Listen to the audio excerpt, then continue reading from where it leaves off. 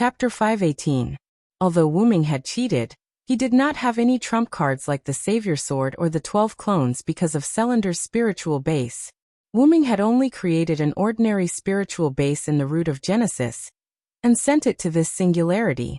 Celander's identity was created by Maeve using the Holy Grail, so Wu Ming did not choose to interfere. After all, being invited in and barging in were two different concepts. Moreover, even without the Savior Sword and the 12 clones, Wu Ming was not weak. However, although he wasn't weak, he couldn't really injure demon god Shutting without using a noble artifact. If he wanted to cripple him, he would have to use a super energy storing noble artifact again. However, Wu Ming did not plan to use a relic in the first place. As he had a concept relic to defend himself, the demon god pillar's attack could not hurt Wu Ming. It was a sad story. Therefore, Shitenji could only use the Holy Grail to lure Wu Ming out from behind the tortoise shell. Wu Ming also needed to come into contact with the Holy Grail, so Shitenji's actions helped Wu Ming. Previously, Wu Ming had received the sun rain from Tamamonome and received the sun god's blessing passively. After Wu Ming found out that the blessing was from the sun god, he wanted to use it to blow up the demon god Shitenji. How would he blow it up? Of course, he would use his authority to transform into the sun. With the sun god's blessing, Wu Ming did not need to change his class. He could directly use the Holy Grail to connect with the root of Genesis and use the sun god Shitenji. Of course, due to various factors, this move was only a one-time use. After it was used, it would be gone. However, based on the current situation, Wu Ming felt that it was worth it. If the demon god Shitenji was allowed to wreak havoc in the American continent, the entire continent would probably turn into a land of poison in a few days. This proved the saying once again. Even if he left, Shitenji would still cause trouble for Wu Ming. That was why Wu Ming decided to directly use the sun god's blessing upon seeing Shitenji turn into a demon god pillar and connect to the great origins usage of the Holy Grail. This was also why Wu Ming wasn't the slightest bit nervous even after falling into Shitting's trap, because the sun's flames would burn everything. For the sake of victory, quickly come before me. Undying sun, please bestow upon me a shining steed. Horses with enough intelligence, bring me the light wheel that symbolizes your master. After Wu Ming finished chanting, the fog surrounding Wu Ming began to glow. Boom! A ball of golden flames broke out from the fog with an explosion, starting to burn on the demon god pillar. The demon god pillar once again let out an incomprehensible sound of pain. General, demon god Wine Tun. Immediately afterwards, the golden flames instantly covered the entire demon god pillar. A strange scene appeared in Ji Road City. The giant pillar burning with golden flames kept twisting, as if trying to get rid of these deadly flames, but it couldn't get rid of them. A deep sense of powerlessness came from this flame pillar.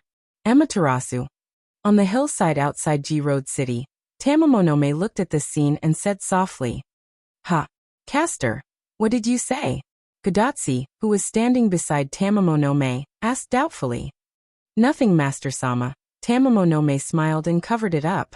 Gadatsi didn't ask again, but focused on the giant flame pillar. Just now, the burning of the demon god pillar made Gadatsi shout.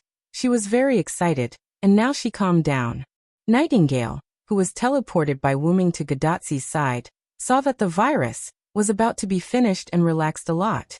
Amaterasu. Karna said faintly. He heard Tamamonome's words. Matthew and Karna, two people, one on the left and one on the right, stood beside Gadatsi and Tamamonome. The former was guarding his senior, and the latter. It seemed that because of the sun attribute, Karna had a good impression of Tamamonome. At least he could talk to her and wouldn't ignore her. Of course, Tamamonome was also very interested in this same kind. As long as it was related to the sun, it was a good thing. Immediately afterwards, the golden flame slowly disappeared, and the huge demon god pillar disappeared along with it. There was no doubt that the demon god pillar disappeared.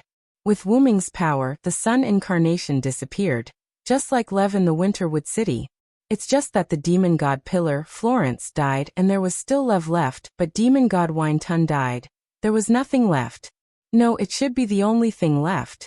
Wu Ming looked at the original position of the demon god pillar and thought with a strange expression. At this moment, a girl who was dressed like a Japanese princess was lying on the demon god pillar's position. Her eyes were spinning in a spiral shape. There was no doubt that this girl was unconscious, and it wasn't light. Wu-Ming could faintly hear the unconscious girl mumbling something subconsciously. No, no more torture. No more torture. Wu-Ming smiled, not knowing what to do. Looking at this princess girl who was no longer being tortured, she was probably talking about Tamamo no Mei's punishment princess. It seemed that Tamamo no Mei had been brought into the demon god pillar when it appeared. Otherwise, Wu-Ming didn't think that Tamamo no Mei would have been able to survive until now in the demon god pillar's attack range. I think I understand why Tamamo no Mei said that Tamamo no Mei wouldn't be the one who summoned the demon god pillar. Looking at Tamamo no Mei's appearance, she had been unconscious for a long time. She had probably fainted after blocking Wu-Ming's treasured artifact. Shitendaji placing the Holy Grail in front of the unconscious Tamamo no Mei made sense. Shaking his head, Wu-Ming stopped paying attention to Tamamo no Mei and looked at his hand. Wu-Ming held the golden Holy Grail with one hand. Sensing the magic on it, Wu-Ming smiled. He had finally recovered a Holy Grail. Not long after, Gadatzi's group arrived.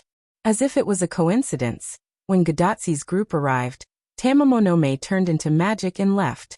After blocking Wu-Ming's treasured artifact, being sucked into the demon god pillar, and being injured by Wu-Ming's sun incarnation, it was already a miracle that she was able to last until Gadatzi's group arrived and didn't leave with the demon god pillar.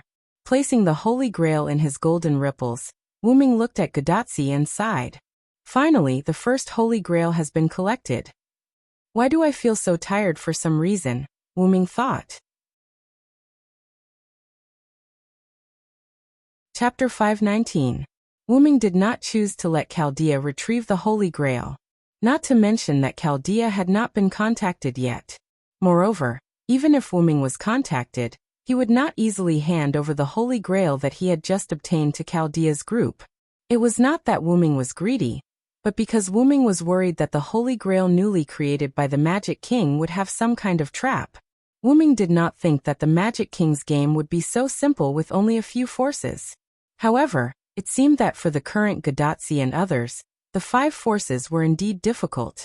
However, to Wu-Ming, the current chaotic battle between the 5 forces did not pose much of a threat.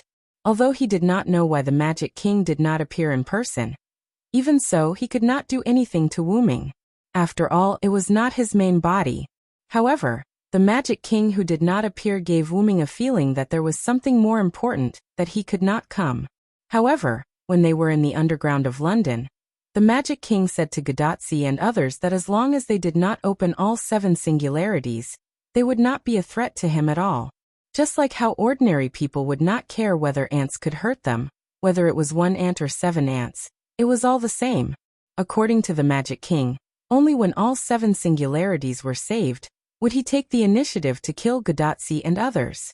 During this time, Wu-Ming did not think that the Magic King would sit in front of the TV and eat popcorn while watching Gadatzi and others take risks. Then there was no doubt that the Magic King also had something to do. However, because of Wu-Ming's intervention, Wu-Ming was not sure whether the Magic King really did not eat popcorn and sit in front of the TV to watch what happened at this singularity. In any case, these new Holy Grails did not make Wu-Ming feel at ease, so Wu-Ming and Gadatzi agreed that the Holy Grails that they obtained later would be temporarily guarded by him. Wu-Ming and others walked out of Jiro City and began to move towards Riverton in the north. Jiro City did not seem to be a noble phantasm that would disappear with the servants. The Japanese forces were destroyed, and the Holy Grail was recovered by Wu-Ming, but Jiro City was still there. It was still the same ruins, or even worse, razed to the ground. Let's not talk about the collision between Wu-Ming and Ibaraki Boy's noble artifacts. The demon god pillar's poisonous fog and all kinds of destruction were enough to destroy Jiwei City, which had lost its defenses due to Jiji's coma and overload. Wu-Ming guessed that Shitendaji, because of this, he used the Holy Grail to summon the summoned monsters to leave the summoned monsters, leaving only the servants. Wu-Ming Doji. Gadatzi, Matthew and Nightingale was to be in the middle. In the middle was to the rears. In this way, Wu-Ming Doji's group did not move fast. and it could even be said that they were moving slowly. After all, they had just won a battle, and there was no need to be too anxious, so Wuming Doji's group of 6 walked slowly. In fact, it was also to take care of Gadatsi. After all, it was rare for them to come into contact with the current crisis, so there was no need to carry Gadatsi as if they were transporting goods. However, they could not be too careless, as the current lineup of 6 people could be seen.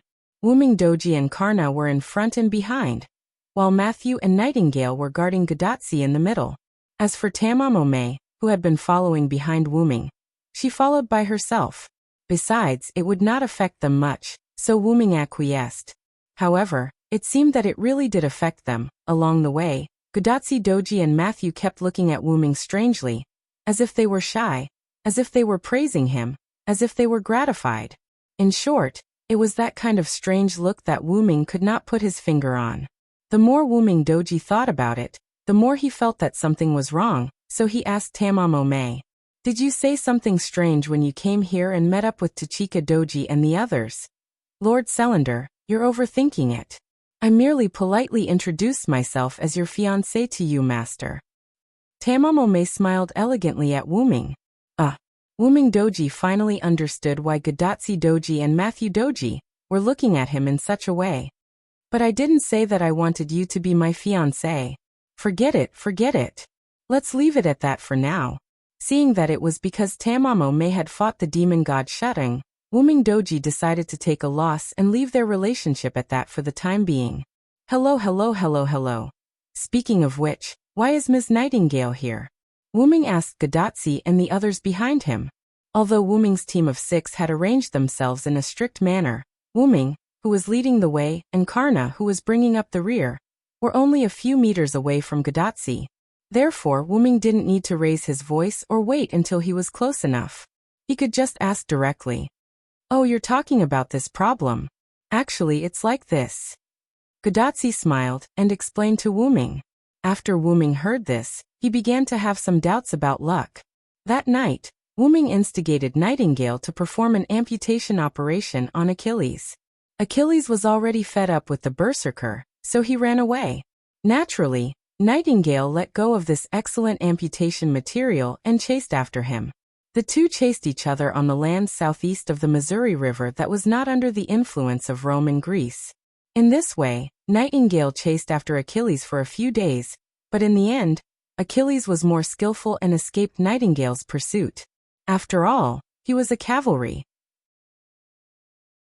Nightingale, on the other hand, could not find her target, so she began to save others along the way.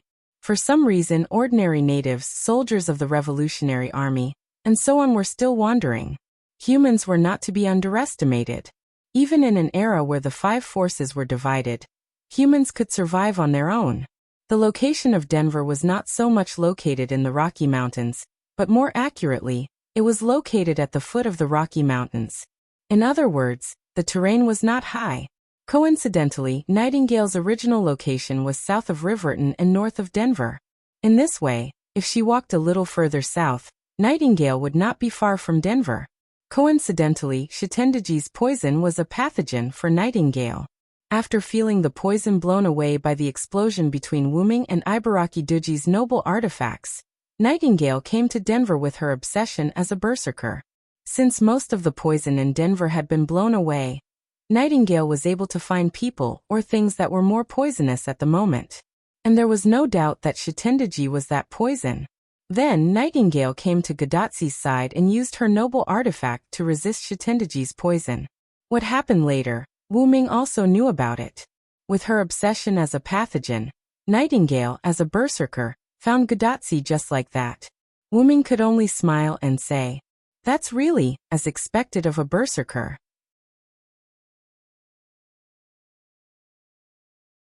Chapter 520.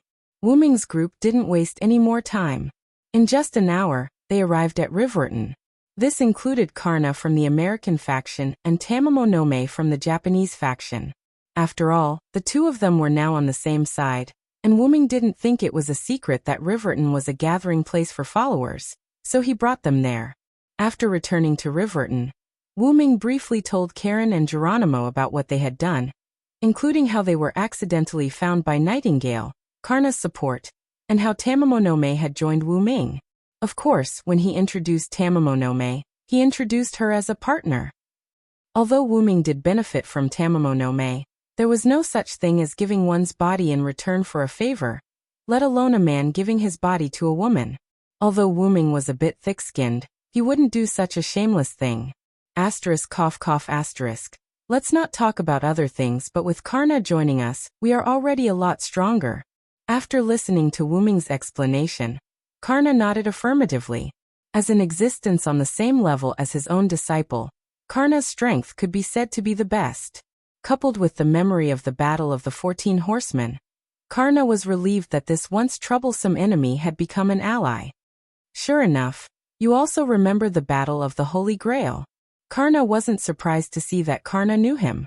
Karna didn't think that he was special. Since he could remember the Battle of the 14 Horsemen, then the other followers in the Battle of the 14 Horsemen would certainly remember him. Hearing Karna's words, Karna smiled at Karna to show his friendliness. At this time, Wu Ming looked around and found that something was wrong. By the way, aren't there some people missing? Wu Ming looked at the followers in the room. It was obvious that there were some people missing. As for Elizabeth and the others, they ran into a little trouble. It's fine. Gudatsi coughed awkwardly. At this moment, Gudatsi was extremely embarrassed, and Matthew was beside her, looking like he was ready for battle. This made Wu Ming wonder if Gudatsi had a moral crisis just now. When Wu Ming told Geronimo and Sharon what happened, Gudatsi was attacked by Kyoheim. After that, Elizabeth, Robin Hood, and Billy Boy threw themselves at Gudatsi and shouted, "Lady and Jun! Lady and Jun!"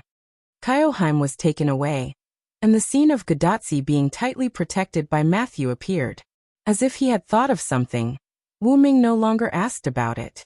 Then he asked about another person. What about Rama? He won't find trouble with Greece.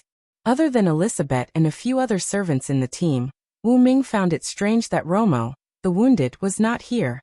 After a few days of rest, it was reasonable to say that Rama had almost recovered.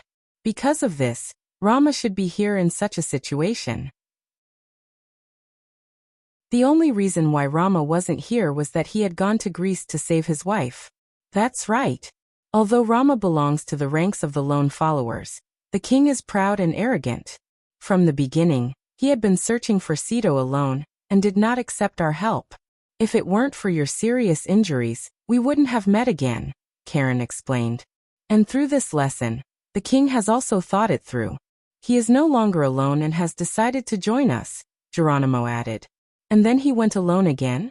Wu Ming wondered. Wasn't it obvious? Although he decided to go with everyone, in the end, he still went to Greece alone. However, Sharon shook his head. This time he was not alone. Achilles went with him. In other words, after Achilles got rid of Nightingale, he returned to Riverton. Then, under Rama's strong desire, he listened to his teacher and accompanied Rama to Greece. Spartacus also went with them. Geronimo added and smiled. Wu Ming instantly understood Geronimo's smile, and felt a little embarrassed. If Geronimo hadn't mentioned it, Wu Ming would have forgotten about him. Back then, he had used the pseudo-heavenly lock to tie Spartacus up and threw him into the woods. It seemed that Spartacus was finally found by Sharon and the others. As for Wu Ming's pseudo-heavenly lock, it was estimated that its magic power had been exhausted and broken. After all, it had been used for a long time. Without Wu Ming's magic power to replenish it, it was normal for it to break. Anyway, Wu Ming did not feel bad about it. After all, he still had a few pseudo-heavenly locks in his spatial relics. Let's not talk about Spartacus for now. If Achilles went with them, I'm relieved. Wu Ming was relieved. He did not want Rama to be killed again. Although Achilles was easily tied up by Wu Ming's trick, as a demigod hero, Achilles was not to be underestimated. Not only did he have an almost invincible defense like Karna, but he also had many relics. For example, Achilles' shield alone was enough to block the most powerful relics of Karna and Wu Ming, which were comparable to natural disasters. Of course, although it would break after blocking for a while, it was enough for a battle that could end in a few seconds. Since Rama and the others have gone to Greece, let's work on both sides. Whether it was Sharon, Geronimo, Nightingale, or Karna and Tamamonome, they all understood what wombing meant. Are we going to have a final battle? Gudatsi also understood what wombing meant. She was shocked. That's right. Wombing decided to end the mutation of this singularity as soon as possible. With the Celtic forces, the American forces, and the lone follower forces joining forces, and the Japanese forces withdrawing, wombing felt that now was the best time to destroy both Greece and Rome. Wombing had always felt that the trap set by the Magician King at this singularity was not that simple. He felt that Shitendaji was not the only one who knew wombing's identity, and was targeting wombing. The longer this dragged on, the more wombing felt that something was going to happen. Sharon, Geronimo, what do you think? Wombing asked the two of them who were acting as the wise ones. I think we should slow down a little.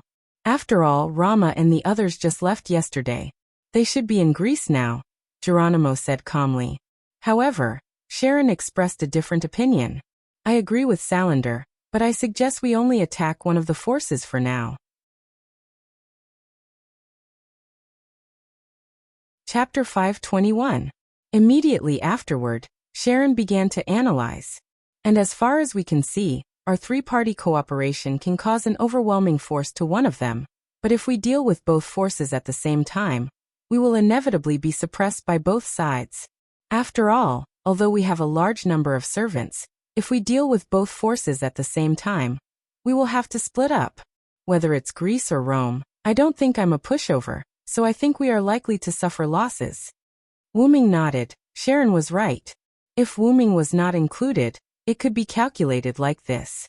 The leader of the Celts, Maeve, had 3 servants, Finn Dilmaud, and the unknown Indian servant. Needless to say, Maeve and the other Celtic servants were not weak. Although Silent Wonder had never seen the Indian servant before, he knew that the Celts were quite powerful since they were related to Rama. The American forces only had 3 servants. Needless to say, the leader Edison was very weak, and Helena could only be an auxiliary mage. The two's combat power was not high, only Garna was strong, so they did not dare to act rashly. The leader of the lone servant force could be said to be Gudatsi, and there were a lot of servants: Matthew, Achilles, Sharon, Geronimo, Robin Hood, Billy Boy, Kyoheim, Elizabeth, Spartacus, and Rama. As for Tamamo no Mae, she was temporarily assigned to the lone servant force. Although they had the largest number of servants, there were not many who had strong combat power. Strictly speaking, only Achilles, Sharon, and Rama had first-line combat power, and the rest, whether it was Geronimo, Robin Hood, or even Billy Boy, they were not strong. As for Kyoheim and Elizabeth, well, if they were compared to Wombing, Garna, and others, they would be honest mascots. Well, if Kyoheim didn't shout on Jin-sama, and Elizabeth didn't sing, they would become very popular. Tamamo no Mae's words were mentioned before. If she was summoned as a berserker or some other job rank, Tamamo no Mae would be able to unleash the terrifying power of one of the 3 great monsters. But now she was just an ordinary witch fox. Lastly, if Spartacus could release his noble phantasm, he would be a very good troublemaker. However, he would be tied up in a few moves, so he could not be counted on. Moreover, even if he did release a precious artifact, it would be self-destructing, and the price would be too great. Didn't you see that Caligula's berserker, who didn't have any powerful abilities, was stabbed by a noble phantasm? Although it was inappropriate to say so, in the face of a top-level servant like Wombing was certain that no one present, not even Sharon, would be able to survive if they fought with their lives on the line. Although it seemed like Wombing was a little arrogant, unfortunately, this was the truth. Ka Rong is right. Since that's the case, let's split into 2 teams. Wombing decided to eliminate one of the forces first, and then attack the remaining forces. Immediately afterward, Wombing told everyone about his opportunity. They were still divided into 2 teams. The first team was led by Sharon and Geronimo. Robin Hood, Billy Boy, Kyoheim, Elizabeth, plus Edison and Helena, a total of 8 people. Their task was to go to the Roman camp and use all kinds of tricks to distract the Roman forces. The purpose was to delay the Roman forces and have no time to deal with the Greek forces. The Greek forces, on the other hand, were led by Wuming and other powerful servants to form the second team to eliminate them. Wuming returned to Washington first, and then led Maeve, Finn, and Dilmad to Greece. Karna, on the other hand, was to join Rama, Achilles, and Spartacus to attack the Greek forces together with the Celtic forces brought by Wuming. For now, the Greek forces were much more difficult to deal with than the Roman forces. The Arcadian huntress, the divine magician, and the demigod hero were all stronger than the less mysterious Caesar, Cleopatra, and the others. Because of this, Wuming decided to gather powerful forces to eliminate the Greek forces first, and then attack the Roman forces. When Wuming and the other servants of the second team attacked the Greek forces, Sharon would lead the first team to entangle the Roman forces. Facing the less mysterious Roman forces, Wuming believed that Sharon and the others would not suffer any casualties. After all, they did not have to fight with their lives on the line. They just had to interfere with the Roman forces. That's a good plan. After all, even if we go to Greece with the second team, we won't be able to do much. It's better to go to Rome to interfere. Sharon agreed with the plan. The rest of the servants, Geronimo, Tamamo, and Karna, also had no objections.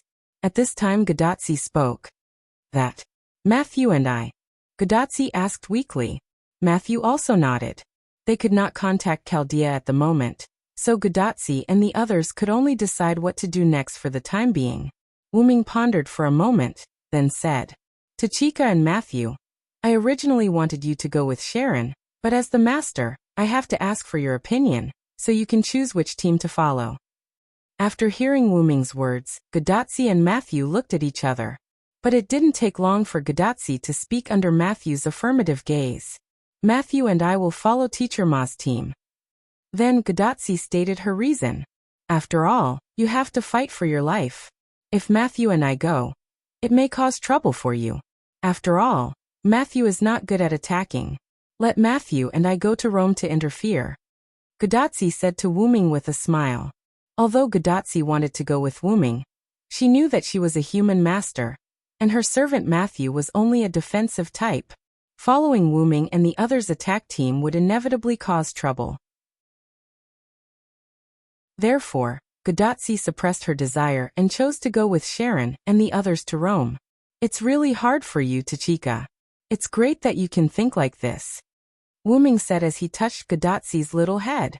Although Wuming could also protect Gadotsi, he was always somewhat restrained. Therefore, Wuming was really pleased that Gadotsi could choose to follow Sharon to Rome. It's nothing. I think if the doctor and the director were here, they would let me choose a team. Gadotsi smiled slightly, enjoying Wuming's touch. Retracting his hand, Wuming looked at everyone. Since the task has been assigned, then I will leave first. I will inform Edison to meet you here later. At that time, I will use Edison's communicator to talk to you. Later, Geronimo informed Elizabeth and others of the plan. They naturally had no objection, and they were quite excited. Especially after Kyoheim knew that she and Gadotsi were in the same team. In this way, Wuming and Karna left together, and everyone was preparing for the upcoming battle.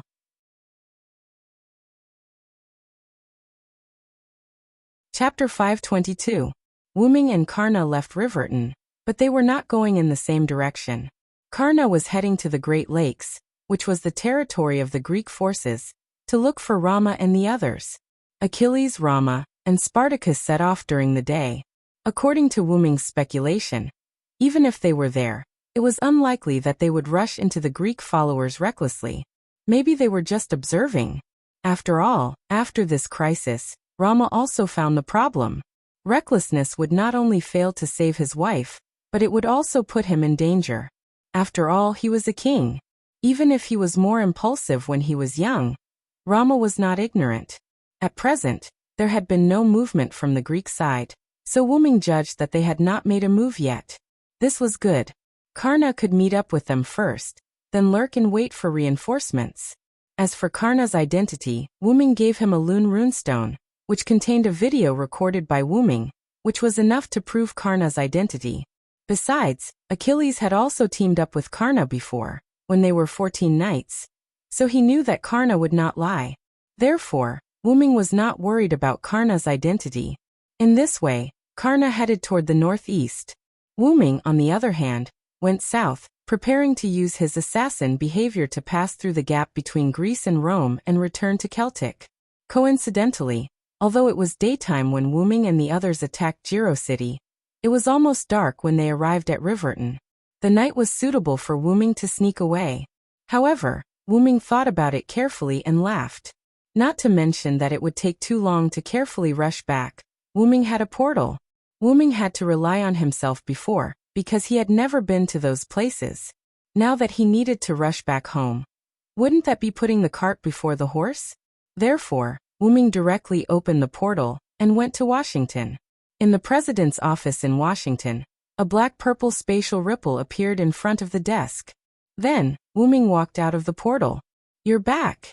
Wu Ming let out a long sigh of relief, giving off the feeling of a wanderer returning home. However, Wu Ming chuckled self-deprecatingly. The feeling of home could only be felt in the root. After that, Wu Ming looked around the empty office.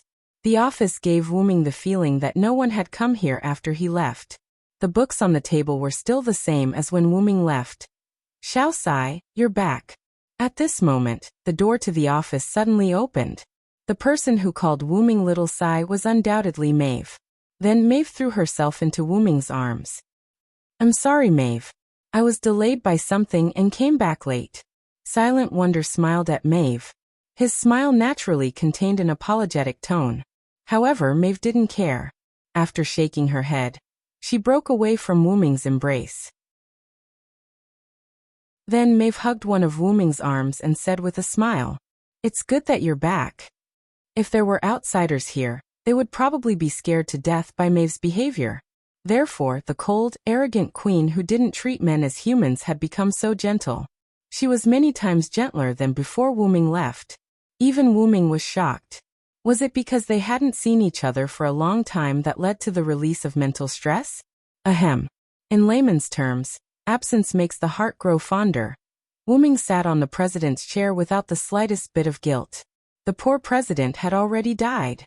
Wu Ming hugged Maeve, who was sitting on his lap, and began to tell her about his experience. Maeve, on the other hand, was listening attentively, her big eyes sparkling. In other words, as long as we join forces with the American forces and followers to eradicate Greece and Rome, we will win. Maeve smiled sweetly. Wu Ming nodded. Then he asked Maeve a little strangely, "Maeve, why are you so happy today?" Wu Ming asked. Since she came in, she had been very gentle until now. She was much gentler than the Maeve from a few days ago. Of course, she was still not as gentle as an ordinary girl, but this was not easy for Maeve. You can't expect a queen to be gentle. This was already a very gentle level for Maeve. Facing Wu Ming's puzzled question, Maeve hugged Wu Ming's neck and looked at Wu Ming's face and said happily, "Because Sai took off her helmet." When Maeve said this, Wu Ming realized that he didn't wear his helmet anymore. No one knew when it started, but Wu Ming had taken off his helmet and maintained the appearance of only wearing white armor. Wu Ming would only close his helmet during the battle, but once the battle was over, he would take it off again. Although Wu Ming was used to it, Maeve was not. She had never seen Wu Ming's true face in this singularity. Of course, it didn't mean that Wu Ming covered his true face to make Maeve suspicious. After all, no matter who it was, if their lover always covered their face with a mask when they were with their other half, the other half would be very depressed if they couldn't see their lover's face. "So, I won't wear a helmet in the future, how about that?" Without apologizing, Wu Ming asked with a smile. With the relationship between the two, there was no need for an apology. "Yeah, but no matter what, I like Little Sai." Maeve gently leaned in Wu Ming's arms and enjoyed this moment of peace. Wu Ming gently patted Maeve's back and enjoyed a moment of peace with Maeve. Sure enough, Maeve is actually just a little girl who lacks love. After a moment of tenderness, Wu Ming and Maeve left the office. After all, there was no time to lose. It was better to mobilize the troops and start the final battle. By the way, Sai, that Indian servant left our side. Left? What happened? Although leaving a servant was not a big deal for the current situation, Wu Ming still wanted to know the inside story. That servant is the hero of India, Achuna. He temporarily joined us on the grounds of following us to find Karna. Soon after he left. Wuming was taken aback. Achuna's mortal enemy was Karna. It seemed that he was still very persistent after death. No wonder he had some relationship with Rama. Rama was the 7th incarnation of Vishnu. Vishnu's 6th incarnation was the axe-wielding Rama, who appeared in the Mahabharata. It had some relationship with Achuna.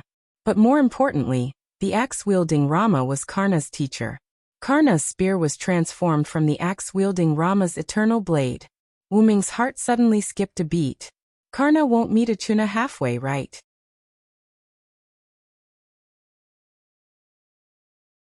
Chapter 523. Maeve, gather Finn and the others and head to Chicago. I'll go check on Riverton. I have a feeling that Ajo and Karna have met. When it came to serious matters, Maeve was not ambiguous at all, and immediately nodded. Wuming opened a portal and walked in. After Maeve saw Wuming leave, she reverted from a pretty girl to an incomparably domineering queen. She then gave an order to the Wuming guards outside. All troops head to Chicago. Outside Riverton town, a dark purple teleportation gate appeared.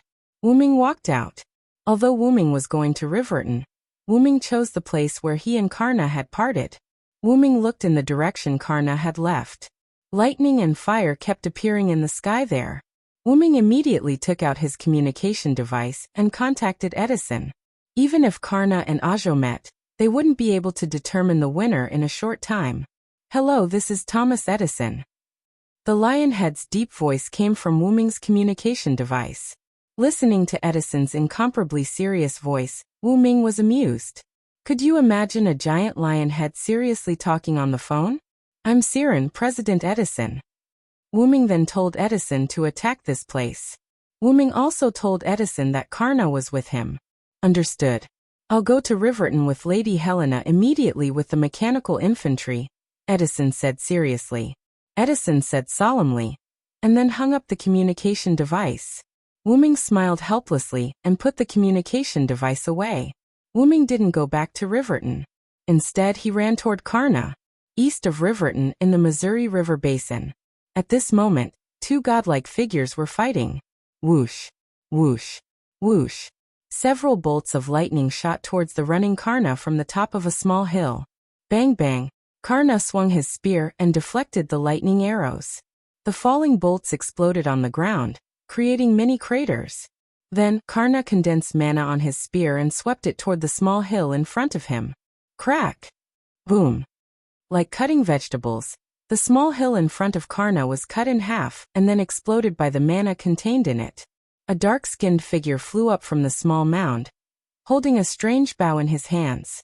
There was no doubt that the arrow that had attacked Karna was shot by him, and it had to be Ajo. Ajo wasn't worried about losing her cover. In the air, Ajo stood upside down and raised her bow. Though Karna shot a few more arrows, 5 lightning bolts attracted each other and shot toward Karna in the shape of a pentagram. This time, Karna didn't use his gun to knock away the arrows. Instead, he jumped at the moment the pentagon-shaped arrows were shot at him. Boom! The bolts landed on the ground, and the ground exploded. The strong wind blew Karna's white hair. Karna stood up and looked at Ajo, who had landed on the ground.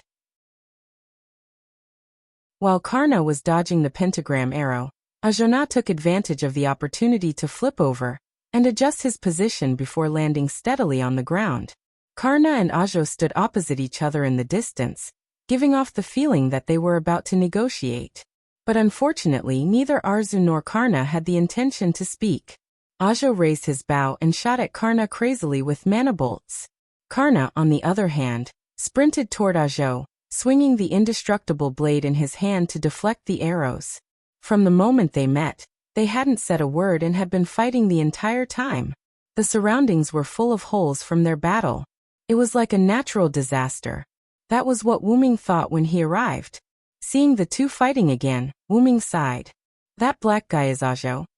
Wuming asked in surprise. Ajo seemed to have heard him and glanced at Wuming. However, compared to Wuming, Karna seemed to be more attractive to him. Wuming smiled awkwardly. After all, he was caught talking bad about Ajo. However, Wuming didn't expect Ajo to be a black guy. Wuming didn't try to hide his presence. Therefore, not only Ajo, but Karna also noticed Wuming when Wuming arrived. However, because he was fighting with Ajo, Karna didn't greet Wuming. Both of them didn't care about the others around them, and only cared about each other. While they were fighting, Wuming shook his head and got rid of the thought that Ajo was a black guy. Then, Wuming stretched out his hand and a holy light spear appeared. Mythical Yggdrasil. Whoosh! Along with the sound of a relic being released, Wuming threw out a small but bright light needle. Karna and Ajo, who were in the middle of their battle, naturally discovered the needle of light. Furthermore, they sensed a considerable threat from it and hurriedly retreated. Poof!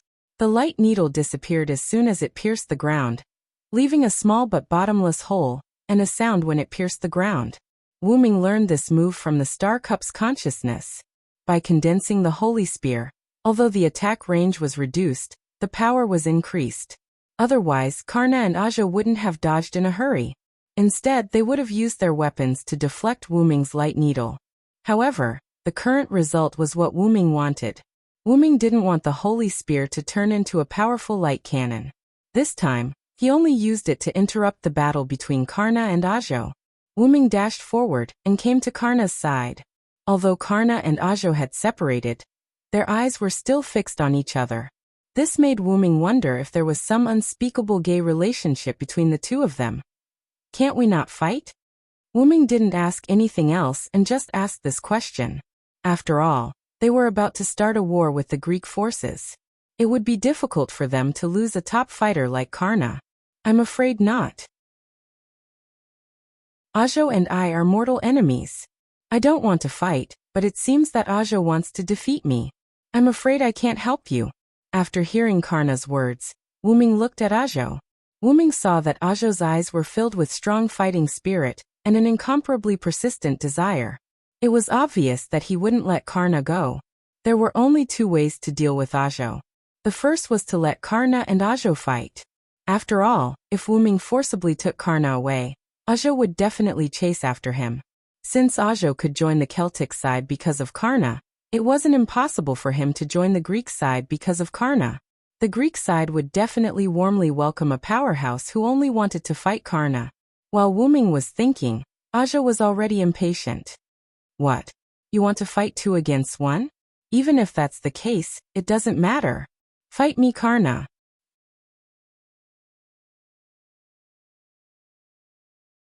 Chapter 524.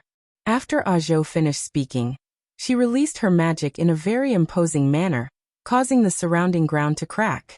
At this moment, Wuming finally had a chance to size up Ajona. Although his skin was dark, it revealed an incomparably healthy luster. Dressed in blue and white Indian Brahmin aristocratic clothes, this dark young man was full of character. Plus, he had a cold expression on his face. Wuming believed that ordinary girls in the modern world would definitely be smitten by Ajona. Wuming looked at Karna as if he had suddenly realized something. Was it because Karna was fairer than Ajona that Ajona was so stubborn about fighting him? I feel like you're thinking about something very rude, Karna said indifferently without even looking at Wuming. You're overthinking it, Wuming replied awkwardly. Of course he was joking. Wuming could understand why Ajona was pestering Karna. They were evenly matched, but because the opponent was in a difficult situation, Ajona, who had once sworn that he would not attack the opponent when the opponent was in a difficult situation, made his move. Even though Ajona's guidance was involved, in the end, Ajona still shot the arrow himself. That was the arrow that ended Karna's life, and also the arrow that would make Ajona suffer for the rest of his life. The hero Ajona had actually wanted to kill his archenemy in a murderous manner. That was too degrading. Although justice always belonged to the victor, Ajona still felt uneasy. Therefore, after turning into a heroic spirit, his wish was to fight Karna and defeat him with his own strength. Wuming had also thought it through. Let Karna and Ajona fight. After all, even if Wuming took Karna away, they would still end up fighting in the end. As for killing Ajona with Karna, Wuming had thought about it before, but first of all, it was inhumane, and second of all, this place was neither close nor far from Chicago. It would cause trouble sooner or later. Then, Wuming opened a portal. After exchanging a few words with Karna, Karna nodded. Then he glanced at Ajo and walked in. Karna, don't even think about escaping. Arzu roared angrily. Don't worry, Achana. Karna only left the Missouri River basin. He only went to the northwest of the Cordillera Mountains. After all, there are few people there. You won't be disturbed. Then, Wuming moved the portal and pushed it in front of Ajo. You can find Karna again through this portal. Of course, you can choose not to trust me. The choice is yours. Wuming smiled, indicating that he meant no harm. However, in Ajo's eyes, this smile was extremely evil. He was having a good fight with his opponent, and you sent his opponent running away as soon as you arrived. Now you're even smiling. No matter how you look at it, it's a smile that's asking for a beating. Unfortunately, Wuming's charm wasn't as great as Karna's. Ajo merely looked at Wuming deeply, and then entered the portal. Of course, Wuming wouldn't play any tricks. At this moment, Karna and Ajo were indeed in the northwest of the Cordillera Mountains. Then, Wuming took out his communication device and sent a message to Edison. Karna and Ajo are fighting to the death in the northwest of the Cordillera Mountains. You must avoid that place. Pass through Denver from the south and meet up with Chaldea's master in Riverton. After a while, Edison sent back a message. Putting away the communication device, Wuming took Karna's place and continued running toward Chicago. Let the two of them fight it out. By the time the victor is decided, Silent Wonder would have collected all 4 holy grails. The sun set in the west, and night gradually fell. Des Moines, a town on the Mississippi plains that was neither too far nor too close to Chicago. Because of the war, there weren't many people in the town. Also, because the sun had just set, there were only a few passers-by on the road. They all had bitter expressions and frowns. Some of the houses were damaged, and some were directly abandoned. No one cared about them. However, because this place was under the influence of Greece, it was relatively peaceful. Suddenly, a green figure flashed past like a shooting star. This made one of the passers-by wonder if he was hallucinating because of his long-term nervousness, or if he had run into a ghost. Although the sun had just set, it was still considered night. Not wanting to think about it anymore, the passers-by quickened his pace and left. In every abandoned house in Des Moines, a red-haired young man stood in a house without any light, looking out the window from time to time. This person was Rama. Following the appearance of a green figure, Achilles appeared in front of Rama. "How is it?" Rama asked. "I've found out. Those people have all gathered in Chicago because of a big hole in their spaceship. They haven't moved yet," Achilles said, rather displeased. "Speaking of which, we should just attack them directly. Is there a need to be so cautious?" Even Spartacus, who had been trying to attack Rama for some unknown reason, was released by Rama for being a hindrance. Well, actually, Rama just let him go with the flow. It would be best if he could affect the Greek side. After what happened before, I understand that if I want to take back Xido, I won't be able to do it rashly. I might even be killed. Rama closed his eyes and explained to Achilles. This was also the reason why Rama asked Achilles to scout for information. But why didn't he go himself? Achilles was the fastest to run. I deserve to die. However, I can't die. I can't let Xido suffer. I must take back Xido. Before that, I must not die. Rama clenched his fist tightly. The metal gauntlet on his arm made a creaking sound because of Rama's strength. It could be seen how turbulent Rama's heart was.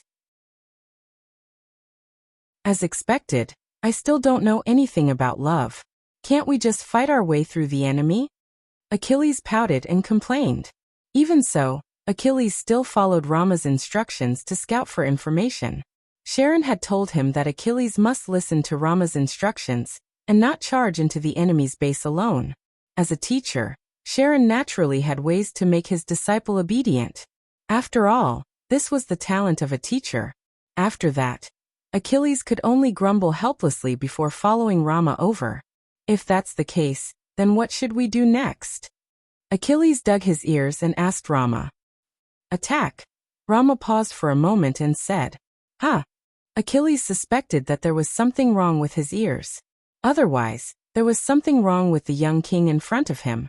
Achilles thought, "You must be kidding, brother."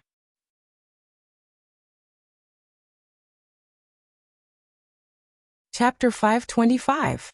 Without paying attention to Achilles' expression, Rama explained the reason.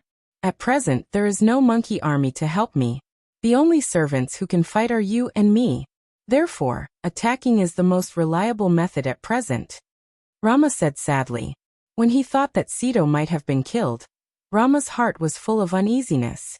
The young Rama still had the courage to be foolish. After Rama finished speaking, Achilles' forehead showed the word V. Isn't that the same as my previous proposal? Achilles thought with a broken heart. Suddenly a voice came. I think you'd better wait a little bit. Who is it? Whether it was Achilles or Rama, they took out their weapons and were vigilant. Don't be nervous. Then, accompanied by an optical camouflage illusion, Wu Ming's figure appeared in a corner of the dim room. Wu Ming said that the technology of the Mecha clan was still useful. It's you. Achilles was quite upset. Then he put down his meteor lance. The Celtic Saint King. Rama was surprised, but after seeing that it was Wu Ming, he calmed down. After knowing that Wu Ming was also a king, although it was a pirated version, Rama's impression of Wu Ming became very good. Of course, a good impression was a good impression, and the fact that Wu Ming injured him could be forgiven. However, Rama still remembered the crime of negligently allowing his men to imprison Sito. Although they reconciled, they still had to remember the grudge. This was the young King Rama's decision in the face of Sito's matter. Rama, who was like a child throwing a tantrum, was not noble. As long as it concerned Sito, then Rama would not give in. Why did you come here alone? Where is the master of Chaldea? After all, he was also Rama's savior, so Rama naturally cared about him. Don't worry, Edison has agreed to join forces with us. On the way back, we have joined forces with Karna to eliminate the Shitendaji who had gathered in Japan. Then, Wu Ming briefly explained to the two of them why Karna was a member of the United States, what they had been doing during this period of time, and their next plan. I didn't expect Lancer to join Edison's camp. Life is really unpredictable. Achilles sighed. In the previous memory, they were clearly teammates, but in the end, they became enemies again. But in any case, because of the alliance, they became teammates again. That person is a hero who gave alms. It's not strange for him to have such decisiveness, Rama said calmly.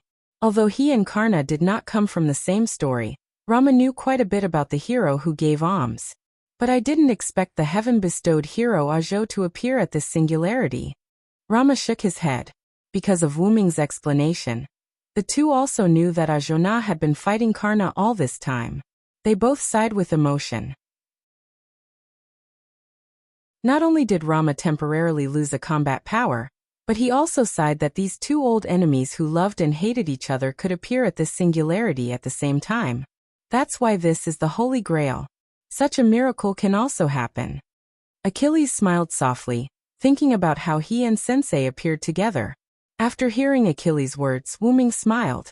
Because of this, Rama, you can also meet Sito at this singularity, just like Karna and Ajo. These were all miracles brought about by the Holy Grail. Rama did not deny it at all and nodded seriously. Although I still can't meet Sito, as long as I know that she's still on this continent, I feel extremely at ease. Because Rama intervened in the battle of the monkeys and killed the enemy monkey, the dead monkey's wife put a curse on him. Even if you take back your wife, you can't really meet her. Because of this parting curse, Rama and Sito were separated again in the end, and it was a separation of life and death. This curse still accompanied the two. As long as they were too close to each other, one of them would gradually become weak, faint, and lose power until one of them left. Even if there's a curse, I will definitely find Sito. Rama said angrily.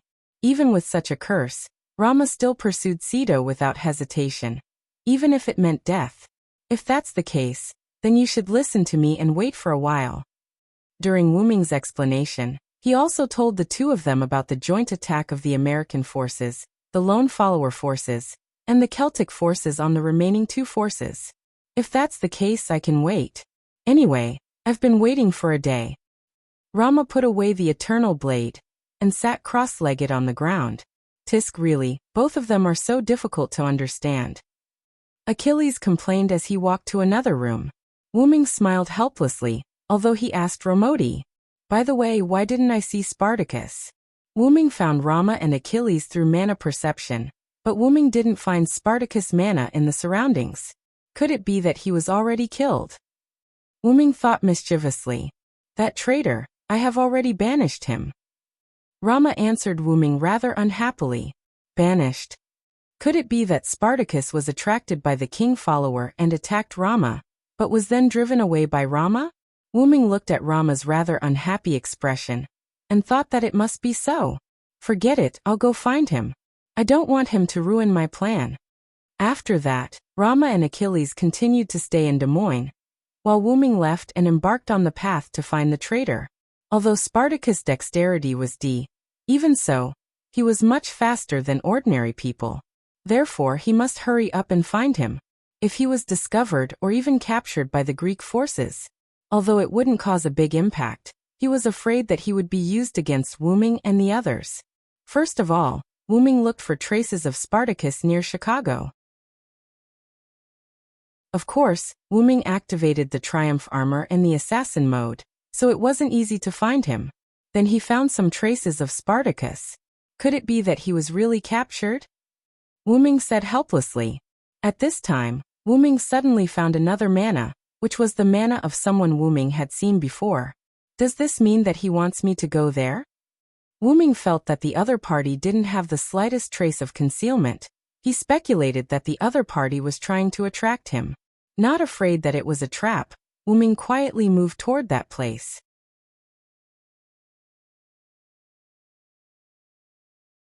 Chapter 526.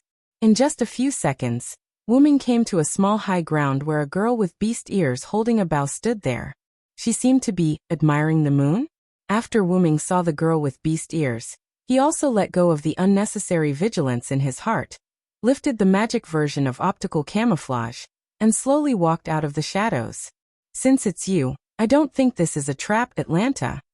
After Wu-ming finished speaking, the girl with beast ears turned around. This person was the famous huntress of Greece, Atlanta. You really believe me? You know I'm a huntress, Saber. Without looking back, Atlanta just closed her eyes and said in a flat tone, Since you call me Saber, then you must have the memory of the Battle of the 14 Horsemen. I don't think you will repay kindness with ingratitude. Wu-ming chuckled. Indeed, the only saber that Wu-ming had ever served as was Sodric during the Battle of the 14 Horsemen, which also showed that Atlanta had that memory. And because Wu-ming freed Black Assassin Jack the Ripper, Atlanta owed Wu-ming a favor. It could be said that when the Argo encountered Wu-ming before, Atlanta pretended not to know Wu-ming, and did not expose Wu-ming's information, which was considered as returning the favor. However, it did not mean that there was no friendship between the two after the favor was returned. And now, Atlanta contacted Wu-ming, which was the embodiment of this friendship. If you call me over like this, won't it attract Ison's attention? Although I don't know him, I don't think that guy is very generous. Wu-ming walked to Atlanta's side and looked at the moon side by side. Although Ison is indeed a useless guy, it is because of this that he will trust me completely and send me out to search the surroundings alone. However, it was also because Atlanta was suitable for investigation that Ison sent her here. So, in other words, Spartacus was really caught by you. Otherwise, why would he send Atlanta to scout for no reason? Wu-ming really didn't know Ison, but through historical records, in Wu-ming's opinion, with Ison's timid temperament, he should keep all his combat power by his side. Unless there was a special situation. And Wu-ming didn't think that Atlanta was sent by Ison. It was Demetrius who spoke to Ison, so Ison sent me out. Sure enough. Wu-ming nodded and then continued to ask. So, tell me the specific information about the Greek side. Immediately afterward, Atlanta briefly told Wu-ming about the servants on the Greek side. The leader of the Greek side, or rather, the person who obtained the Holy Grail, was Ison. Therefore, the Search Argo was Ison's precious artifact.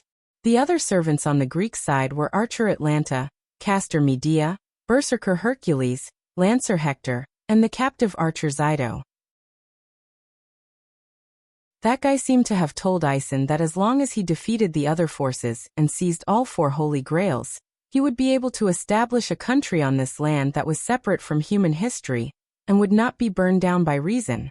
Then, like a fanatic, Ison began to fight for hegemony, Atlanta said with a disdainful look on her face. He didn't know if she was mocking the Magic King or mocking Ison for believing the Magic King who had cheated him so easily. I really don't know what Ison is thinking. Back at the second singularity, he was already tricked by the Magus King. Even though it was with the help of Demetrius.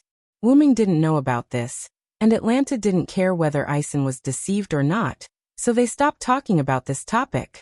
Well, I have understood the specific situation. So why did you capture Zyto? How could you threaten Rama with this? Isn't it a bit ridiculous? Rama might be controlled by others, but it was impossible for him to completely surrender to Ison. Moreover, Zyto could take the initiative to die for the people when Rama was old. Perhaps when Ison threatened Rama with this, Zyto would choose to commit suicide. In short, it was impossible. That guy did have such an idea. Atlanta said helplessly and disdainfully. Oh, I overestimated Ison. Wuming also smiled, but his smile was quite sarcastic. However, you can completely leave Ison's side. Why did you choose to stay? After all, there were not only Greek forces on the mainland. Wuming did not think that Atlanta would stubbornly follow Ison's side. Atlanta was not a good person, but in the face of righteousness, she would not choose to follow Ison's side. Indeed, when I was in Oceanos, I left Ison's Argo, but this time is slightly different. Atlanta shook her head. As a person who once participated in the Argo, when I was summoned by Ison using the Holy Grail, I was bound to his Argo. I can't leave this side. To put it simply, there was a master who didn't have a command seal. But this is not the whole reason. The main point is that Ison has a way to summon the demon god pillar. Wuming frowned. Shitendaji, who held the Holy Grail, also summoned the demon god pillar. Could it be that servants with the Holy Grail could summon the demon god pillar? Then could Maeve, who held the original Holy Grail of this singularity, also be able to, using the Holy Grail? You can use a servant's spiritual base to summon a demon god pillar, but the summoned demon god pillar is more like a possession than a summon. Atlanta continued. Possession? That is to say, the demon god pillar needs to devour a servant to be able to descend? Wuming remembered the Judge Haim who appeared when he defeated the demon god Shitendaji. He was afraid that the other party used the Judge Haim's spiritual base to summon the demon god pillar. Wuming's guess was right. Shitendaji used the unconscious Judge Haim as a medium to summon the demon god pillar. Because he used the Judge Haim's spiritual base, Shitendaji did not lose consciousness. She used the Holy Grail to split her consciousness in advance, and with the death of the main body as a trigger medium, she used the Judge Haim to summon the demon god pillar, and then fused a trace of consciousness in the Holy Grail with the demon god pillar. This was also the reason why the demon god Shitendaji made the sound of the demon god pillar and Shitendaji. Then Ison captured Cedo. This is also the reason why Ison captured Cedo. If Cedo can't make Roromo submit, then it means that he is useless. Naturally, he can use Cedo to summon the demon god pillar. Atlanta's eyes were evil, as if she was ashamed to be in the same force as Ison. This is the most important reason why I didn't break away from the Greek forces.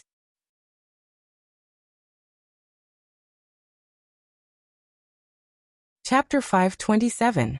Compared to breaking away from Greece, isn't it more suitable for you to lurk as an undercover agent? Wuming said for Atlanta. Atlanta nodded and then continued.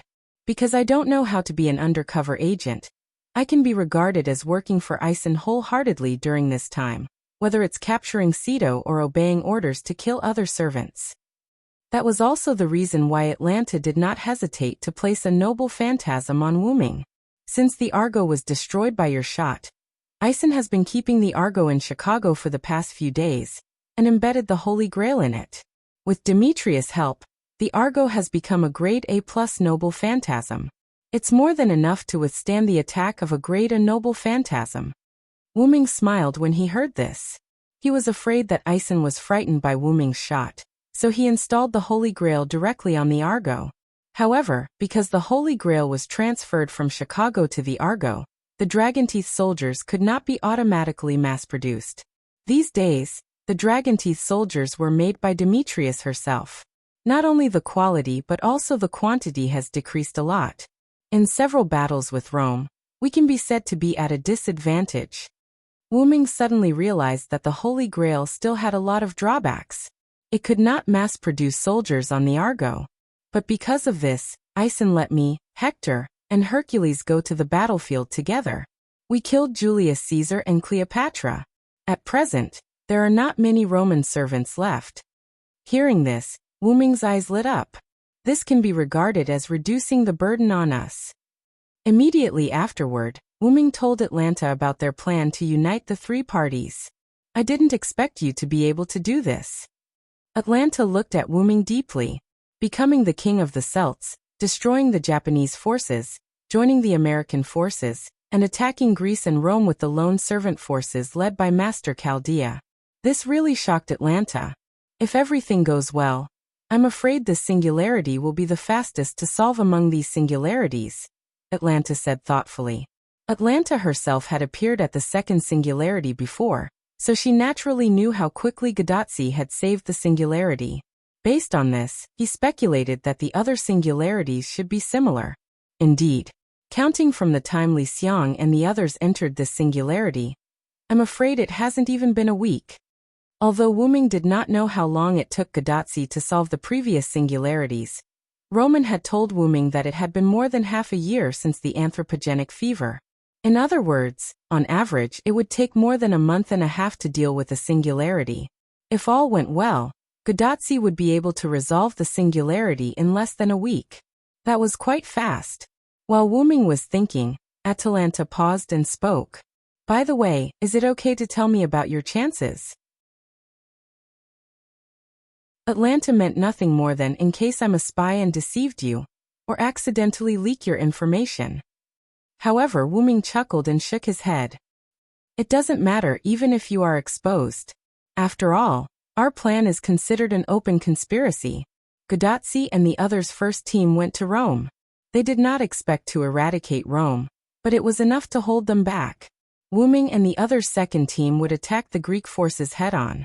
Before the attack, the Greek side would definitely notice something, so it did not matter if they were exposed or not. What's more, I don't think Atlanta is that kind of person. I believe that Atlanta, who loves children, no matter how her appearance changes, her inner heart is incomparably beautiful. With that said, Wu Ming reached out and touched Atlanta's beast ears. Because the distance was too close, Atlanta did not dodge and was caught by Wu Ming. Haha. Atlanta was shocked and quickly jumped away. What are you doing, you rude guy? Atlanta blushed, hugged her beast ears, and stammered. Sorry, I've been interested in your beast ears for a long time. It was just a spur of the moment.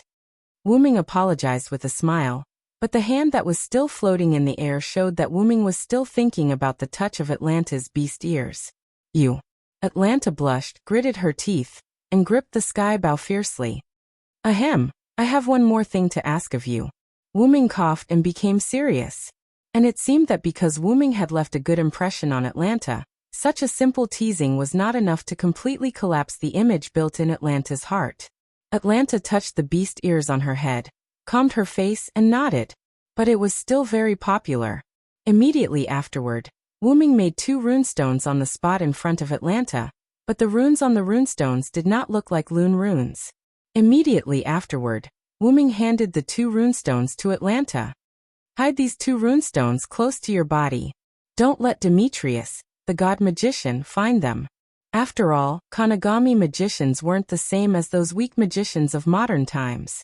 Seeing Wu Ming's solemn face, she quickly took it and nodded solemnly.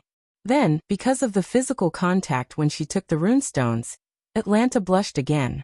Even the night could not cover it. After all, there was moonlight. And with the pretentious serious expression, Atlanta was very cute at the moment. However, Wu Ming also knew that it was business, so he did not tease Atlanta anymore. When Ison wants to use the Holy Grail to summon the demon god pillar, just pour your mana into these 2 runic stones. If possible, the closer you are to the Holy Grail, the better. Of course, I won't force you. Wu Ming instructed in a joking manner. I know. If there is nothing else, I will leave first. After Wu Ming nodded, Atlanta took 2 steps, but for some reason, she stopped again. By the way, Demetrius may have become the master of Spartacus. You know his noble phantasm. That self-explosion is not a joke. After all, Wu Ming and Atlanta both had memories of the battle between the 14 knights. Naturally, they remembered the power of Spartacus' noble phantasm during the battle between the 14 knights. Are you concerned about me? Why don't you let me touch your beast ears again? Wu Ming smiled mischievously. Atlanta's face turned red in an instant, and she quickly left here. After Atlanta left, Wu Ming's mischievous smile disappeared. Looking at the gradually rising moon, Wu Ming always felt uneasy. At this time, Wu Ming found that something was wrong. The sky is not normal.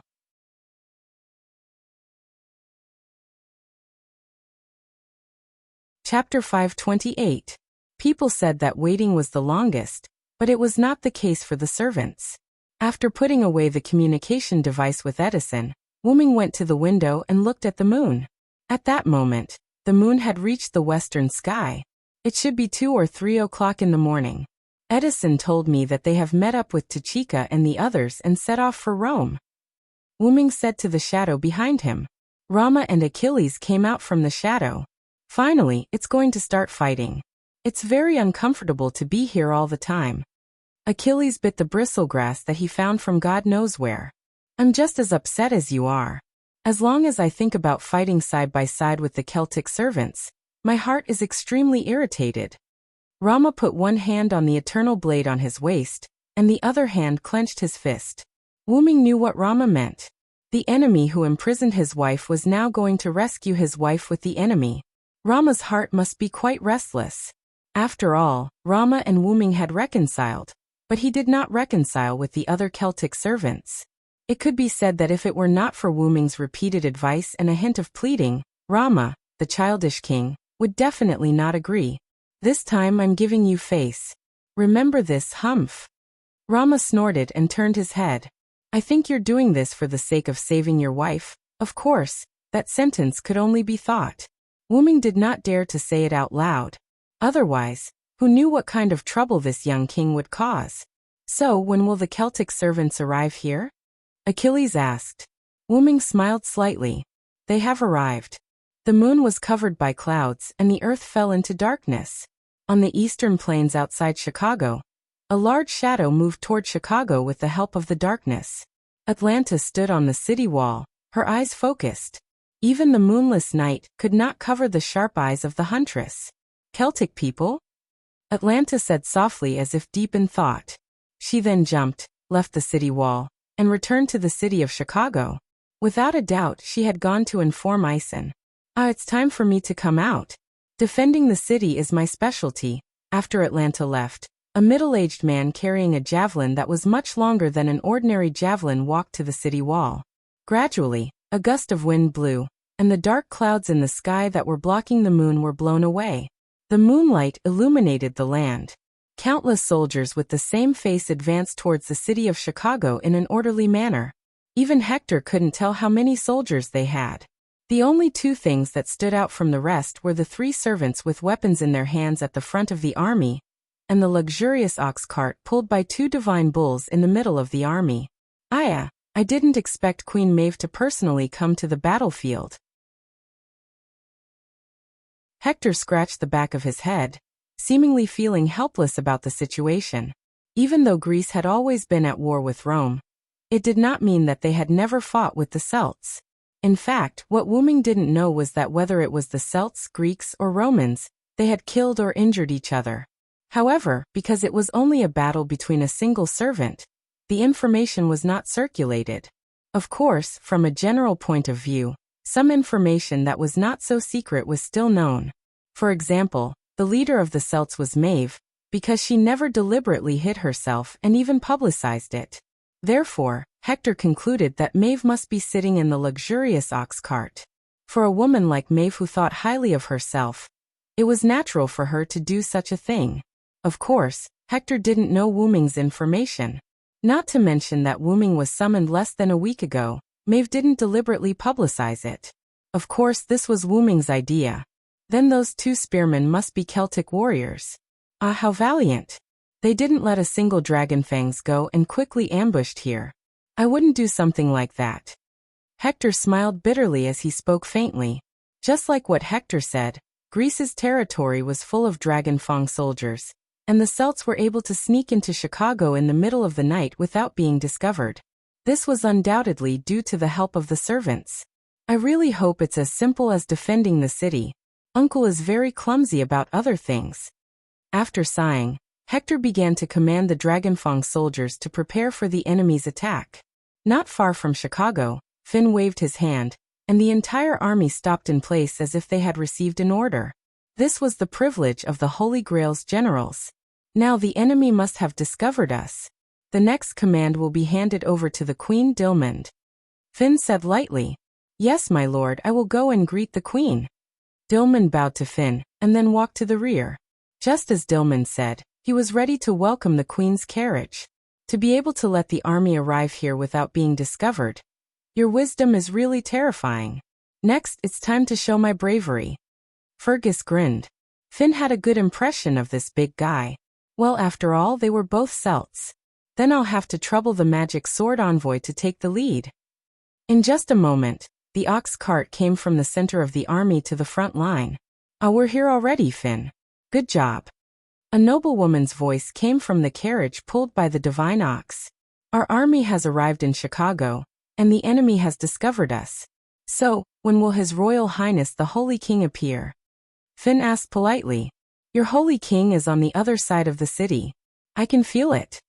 In the carriage, Maeve took off her white silk gloves and looked at the bright red dragon-like pattern on the back of her hand formed by 3 command seals and smiled. "Then let's have Fergus break the city gate." "No problem, right?" Maeve said to Fergus outside the carriage. "Of course no problem. How can a Celtic man say no?"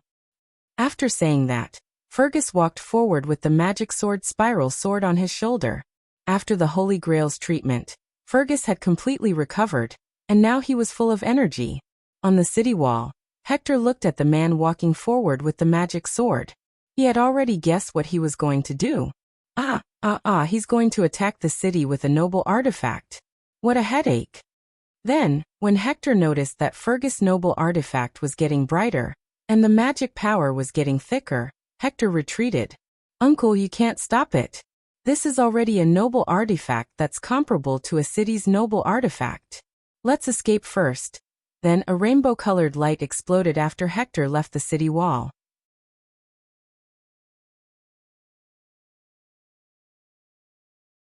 Chapter 529. Alright, I feel like I'm full of energy today. I'm sure you'll be satisfied with this shot. Fergus raised his neon sword and laughed. One had to know that the A and plus and A plus were not eye-catching individually, but when they were combined, it was no joke. "Then hurry up. If it wasn't for your relic, I would have asked you to leave earlier." Maeve's impatient voice came from the carriage. Naturally, by leaving the stage, he meant that he had died. Also, although I don't mind you taking advantage of me verbally, I would be happy to see Little Sai kill you. "Oh, my apologies, Your Majesty. Don't worry. I'm sure His Majesty will be satisfied with this shot." "I hope so." Maeve's lazy voice sounded. The neon sword in Fergus's hand began to glow. Fergus stabbed the neon sword into the ground. Calidbog. In an instant, a rainbow-colored light extended from the neon sword to the city walls of Chicago. Boom. In an instant, a rainbow light burst out of the ground and blasted the city walls of Chicago. Countless Dragonfang soldiers were directly destroyed and turned into dust. Those Dragonfang soldiers that were lucky enough not to be turned into dust were also scattered into small pieces of bone. "Ahahaha! This is truly spectacular." Fergus laughed heartily as he raised the rainbow sword. It had to be said that Fergus was really full of energy. After releasing the relic that doubled his power, he was still in high spirits. Finn and Dilmund watched the scene calmly. After all, this scene was nothing to them. Maeve, who was sitting in her beloved chariot, nodded in satisfaction. Then she gave an order. "Everyone, attack." At this moment an irrational roar was heard. Asterisk asterisk asterisk asterisk asterisk asterisk asterisk asterisk. On the west side of Chicago, which was the opposite side of Maeve's army, Wuming, Rama, and Achilles arrived. When the 3 of them arrived, They saw the explosion on the east side of Chicago. That's the demonic sword envoy's precious artifact, Rama said. The person who understands a person the best is not his friend, but his opponent. Back then, Rama had fought Fergus to the death for the sake of Ceto. Naturally, he knew about Fergus' noble artifact. That should be the case. Fergus' noble artifact was still vivid in Rama's mind. To be honest, I originally wanted to end that guy directly. At this moment, Wu Ming spoke.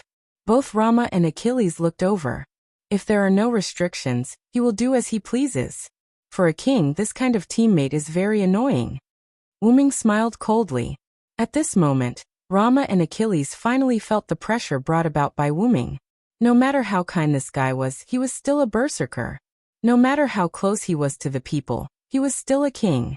All in all, Wu Ming was not a kind man. He would not hesitate to do things that would bring him enough benefits.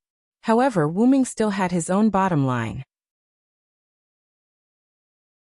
As the origin dragon, Wu Ming would definitely become 10,000 times more noble than Gaia Alea in the future. He was destined to never be the same as an ordinary person, which was why he treated everything with reason. That was why people often said that the heavens were heartless. Moreover, have you ever seen Wu Ming hesitate or worry when he killed someone? Although it was a pity, why would a human feel sad when he crushed an ant to death? That was the reality. Take Nazalik for example. The people in it were all demons. If it was not for Wu Ming deliberately suppressing them, they would have been destroyed.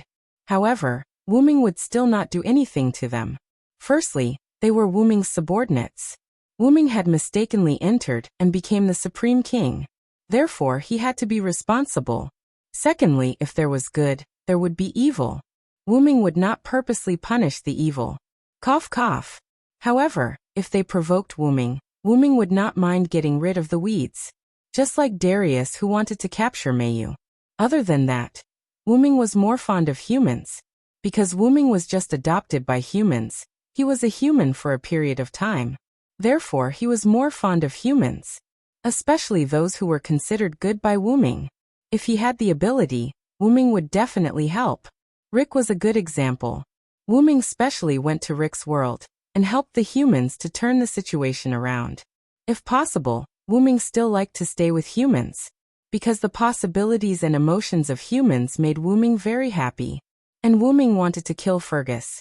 Well, regarding this point, Wu Ming only wanted to kill Fergus because he had flirted with Maeve before. But no matter what, he is still my subordinate. It is better to keep him alive. Just like that, the topic ended. Let's go. Maeve has already started. We can't fall behind. Saying that, the three of them walked towards the west wall of Chicago. Wu Ming started to move. On Maeve's side, there was a small problem. Hercules let out a confused roar as he swung his axe and sword at Fergus. Bang! The ground that was hit by Hercules cracked. As for Fergus, he naturally dodged this attack. Hey, why are you attacking me directly? You think too highly of me. Although Fergus was still running his mouth, his expression had become serious. Fergus was also holding the neon sword with both hands. Dillman, be careful. This big guy is not to be trifled with. Finn held his spear and looked warily at Hercules, who had pulled out his axe and sword from the ground. Yes, my lord. Dilmod also raised his red and yellow spears and stood beside Finn. My brave warriors. Maeve didn't even walk out of the carriage. With just one sentence, countless Wu Ming-faced soldiers rushed towards Hercules. However, even if they were strengthened by the Holy Grail, the small fries were still small fries. For a great hero like Hercules, they were basically useless. Hercules roared at the sky. Even if he didn't have magic to release this skill, the roar mixed with magic alone was enough to shock the nearby soldiers to death. Then, Hercules rushed into the crowd of soldiers and began a massacre.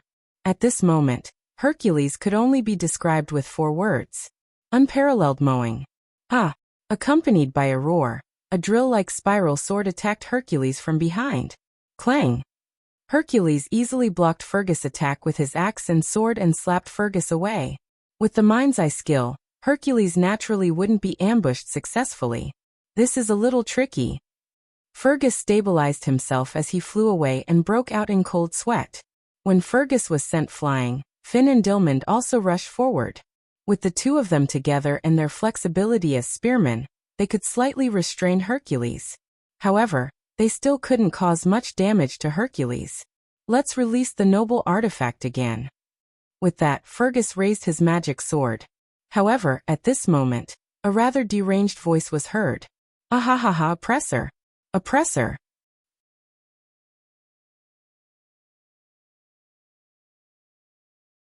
Chapter 530. In the west of Chicago, because Maeve was attracting attention in the east of Chicago, Wooming's side was relatively smooth.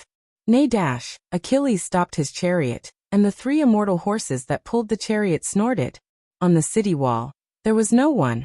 All of them were Dragon Fang soldiers. Now these Dragon Fang soldiers had all fallen to the ground and turned into ashes. Even my chariot can't stop them. Sure enough, the small fries are not interesting. There was no doubt that these were all done by Achilles, who had just stopped the chariot. Besides, Achilles also descended as a rider. Achilles' chariot was still too strong for these Dragon Fang soldiers, or rather, the Dragon Fang soldiers were too weak. What's more, these Dragon Fang soldiers were likely to be made by Demetrius, not the enhanced version of the Dragon Fang soldiers mass-produced by the Holy Grail. Immediately afterward, Wooming and Rama got off the chariot. The two finally experienced the thrill of racing an ancient chariot. At this time, an arrow emitting turquoise magic power shot over.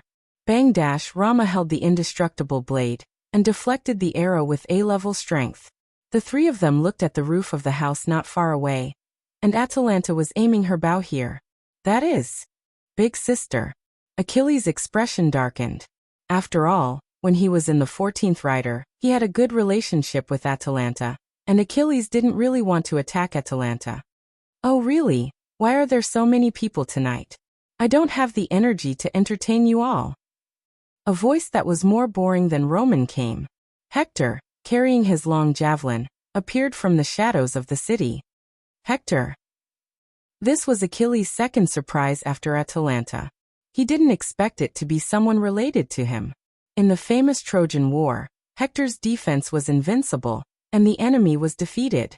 The Trojan side was not far from victory. After that, Achilles went to the battlefield to fight Hector one-on-one. Although Hector broke his immortality, Hector still lost. As a result, the Trojan side gradually lost. It could be said that if there was no Achilles, Hector would not die, and he would not fall into the Trojan horse trap, and the Trojan side would probably win. But there were no ifs, and now, the two old rivals of the Trojan War were reunited here. Isn't this Achilles? I didn't think that we would become enemies again. Sure enough, the Holy Grail is really a magical thing. Hector didn't think that he would be able to see Achilles, and he was also shocked. I'll deal with this guy. Achilles said to Wooming and Rama Rider, riding on his meteor chariot. Said chariot, but said chariot, said chariot, said chariot, said chariot, said chariot, said. Said chariot, said chariot, he said chariot, and said he said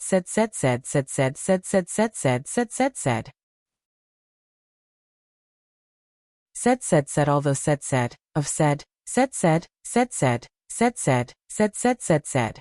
Although Hector did not think that Atalanta could defeat the remaining two servants, he did not think that she would be able to defeat them. In Hector's opinion, the remaining two servants were not weaker than Achilles. However, Archer Atalanta just nodded indifferently and did not say anything. After Hector left, Rama pointed the undying blade at Atalanta. Then let me deal with this archer, Romo said confidently. Wooming knew that after the mana crystal healed Rama, a huge amount of mana was still stored in Rama's body. Just like how Fergus had an excess of energy after being healed by the Holy Grail, Rama was the same now. Then, under Rama's eager expression, Atalanta put down the bow. Sarand Ison is preparing to escape. Then two gasps of surprise came from Wooming and Romo. Sigh. The southern city of the Missouri River Valley, Alexandria, camp of the Roman forces. Romulus looked at the Roman soldiers who were fighting against the incoming mechanical troops with a serious face, and did not say anything. Lord God. A blonde girl in a white wedding dress walked to Romulus' side. It seems that the masters of Chaldea have joined forces with the native forces of the United States. Very good. In this way, Rome will be protected. Romulus nodded and said excitedly. However, Nero did not understand what his god was talking about. My sons Caesar, Caligula, have left. Now all of our servants, Rome, have left. Romulus said to the pure bride, who asked Rome to summon emperors this time. How mysterious would the emperors be? It was expected that they would leave. I will protect Rome until I die, the girl said to the god ancestor in a tone of farewell. My son, if I, Rome, also leave, then destroy the Holy Grail, Romulus said. But God, isn't that the existence that is suppressing her? If we destroy the Holy Grail, won't she be released? The girl said worriedly. Compared to becoming the demon god pillar, I, Rome, think that we should choose to release her. As he said that, Romulus put his hand on the girl's head. If Rome is gone, there is no need to stop her. Moreover, she is also on our side, my son Nero, whom I understand, Lord God. Then they realized that instead of attacking, the mechanical troops seem to be trapping them here. It seems that something we don't know has happened, my son. My son, welcome them in. In the west of Chicago, the battle between Achilles and Hector caused a lot of magic to explode. It was as bright as the light in the night. However, Wooming and Romulus did not pay attention to that. In short, that Archer is actually on our side. Romulus looked at Atlanta, who left, and asked Wooming rather unhappily. He wanted to fight for a long time. In the end, he finally met an enemy that he thought he could fight, but it turned out to be a spy on his side. In short, it's a good thing to subdue the enemy without fighting. Wooming smiled and patted Romulus on the shoulder, indicating that he was more open-minded. Of course, I understand that, Romulus said unhappily. Then next, we need to wait, right? Wooming walked to the edge of the city wall and said jokingly. We can also watch Achilles fight Hector to relieve our boredom. Wooming showed a mischievous smile. Oh. Romulus was speechless.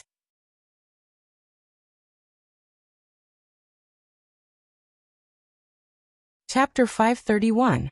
Ahahaha. Oppressor. Spartacus laughed wildly, and used his seemingly ordinary iron sword to madly charge into the crowd of soldiers. At this moment, Maeve had already retreated to the back of the soldiers, or it should be said that the soldiers were constantly moving forward. Maeve, who hadn't moved, fell behind the soldiers. If one paid close attention, they would discover that Spartacus was advancing towards Maeve. If Wooming was here, it wouldn't be strange. After all, Spartacus liked to attack the so-called oppressors that he spoke of the most. In other words, it was normal for him to attack Maeve. I can't let you pass, Berserker. At this moment, a tall man with a spiral sword stood in front of Spartacus. It was Fergus, who had been sent flying by Hercules. Because Finn and Dilmund had gone to restrain Hercules, Fergus was the only one facing this mad dog. Why didn't Maeve make a move? If the Emperor had to make a move, then what was the use of a general? Are you also an oppressor? Ahahaha, oppressor, give me more oppression. Spartacus laughed loudly, no longer caring about the other soldiers, and charged towards Fergus. Although it was very short, Fergus had been a king before, so it wasn't strange that he could attract Fergus' attention. Clank! The magic sword and the ordinary iron sword collided, producing an ear-piercing sound. It was hard to imagine that Spartacus's ordinary iron sword could not break after colliding with the magic sword. Ahahaha! Ahahaha!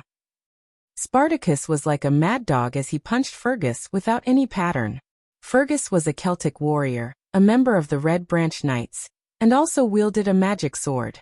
Naturally, he wouldn't be at a disadvantage in a fight against the leader of the rebels, Spartacus. If one only looked at his appearance, Spartacus was about to be killed by Fergus. However, Fergus discovered that even if Spartacus' body was seriously injured, this berserker was getting more spirited as he fought. No, it should be said that, the more injured he gets, the more spirited he gets. TSK, I hate this kind of guy with super high durability. Fergus was rather unhappy. Spartacus' body was already injured. His right arm was almost detached from his body, and there was a big hole in his abdomen and heart by the neon sword.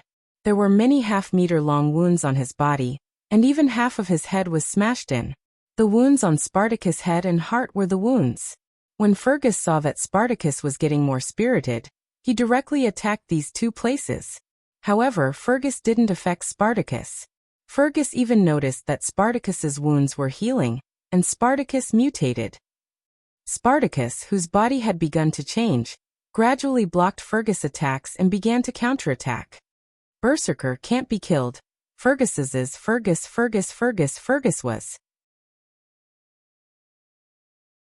Fergus took a few steps back, and was ready to use his noble relic to kill Berserker in one go. Ahahahaha.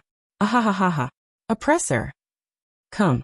Give me even more pressure.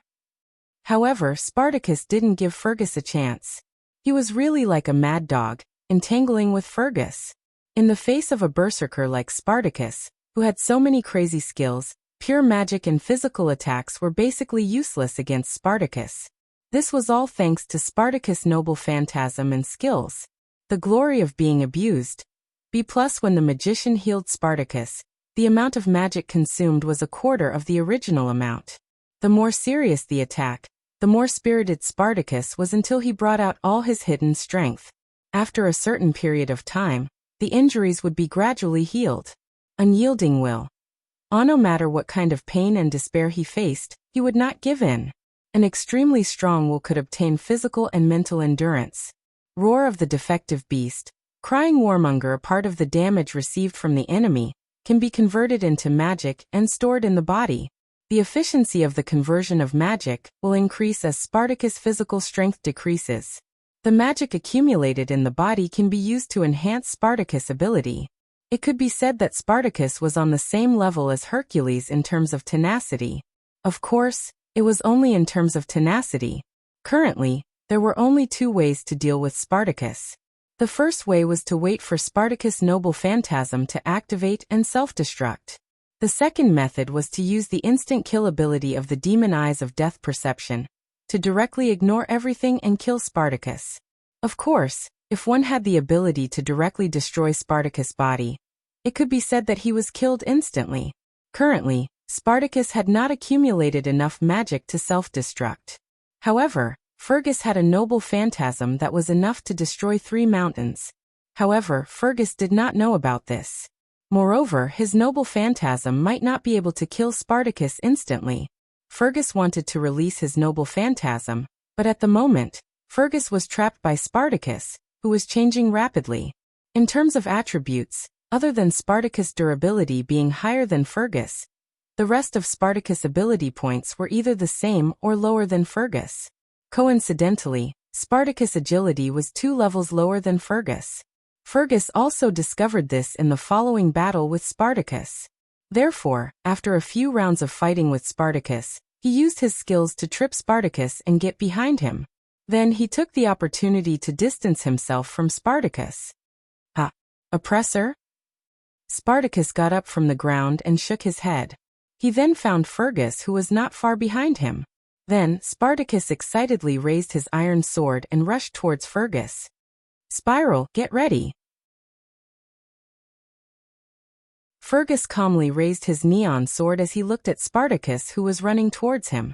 Fergus shook his head helplessly as he looked at Spartacus, who was 5 meters tall, and had accumulated mana due to his injuries. It's my misfortune to be able to meet you. Indeed, as an enemy, Spartacus was an incomparable headache, because he couldn't be killed by ordinary means. Well, even as an ally, he was a headache. All in all, Fergus had had enough. He wanted to end this berserker completely. Fergus focused all his mana into the neon sword, and even began to overdraw his spiritual base. After all, Fergus' mana was E. Fergus was afraid that he could not kill this thing. Taste the real neon sword. Just like Ibaraki Duji's noble phantasm, the neon sword emitted its last colorful light. Even Hercules, Finn, and Dilmun stopped fighting. Maeve, who was at the back of the army, did the same. The 4 of them turned their attention to Fergus and Spartacus. Aha! Oppressor, oh! The light covered the ground.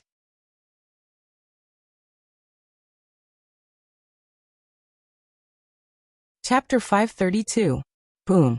The sound of a nuclear explosion came from the east of Chicago, and the storm raged. Wuming and Rama both stabilized their bodies and squinted at the scene filled with sand and dust.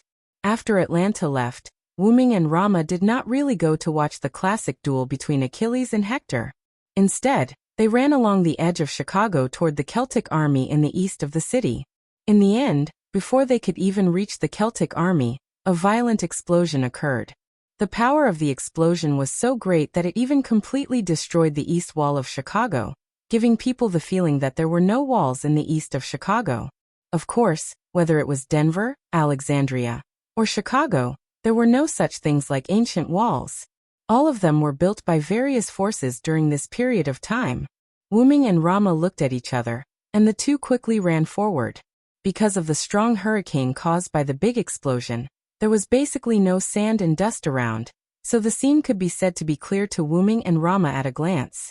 In front of the two of them was a huge crater of nearly 100 square kilometers, but because it was too big, they could only estimate, but it was definitely more than 50 square kilometers. The depth of the crater was needless to say. The distance between the deepest part of the crater and the ground was about 50 meters, and maybe it was even deeper. Wuming thought that if such a crater fell on Earth, humans would probably end up like the dinosaurs. The ground on the edge of the crater was unusually smooth, and there were no impurities. It was completely the product of the downward compression of the soil by the explosion. In the center of the crater, there was a lake full of water, and the lake water was still rising. East of Chicago was Lake Michigan. At this moment, such a big explosion directly connected this huge crater to Lake Michigan. There were no traces of soldiers or servants on the scene, and Wuming's perception was temporarily disabled. There was no doubt that the army brought by Maeve was directly blown into ashes by the explosion.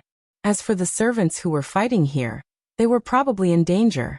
Wuming frowned. He was a little worried about Maeve. Even if the servants were killed, they would just retreat to the martyr's palace. However, Wuming was still worried. Because the air here was full of chaotic magic, Wuming's perception was also disturbed by these chaotic magic. It was not that he could not perceive anything, but the difficulty of perception was greatly increased. This terrible explosion, which powerful servant's noble phantasm is it? Rama said with lingering fear. Even he did not have the confidence to say that he could survive the explosion that covered an area of nearly 100 square kilometers.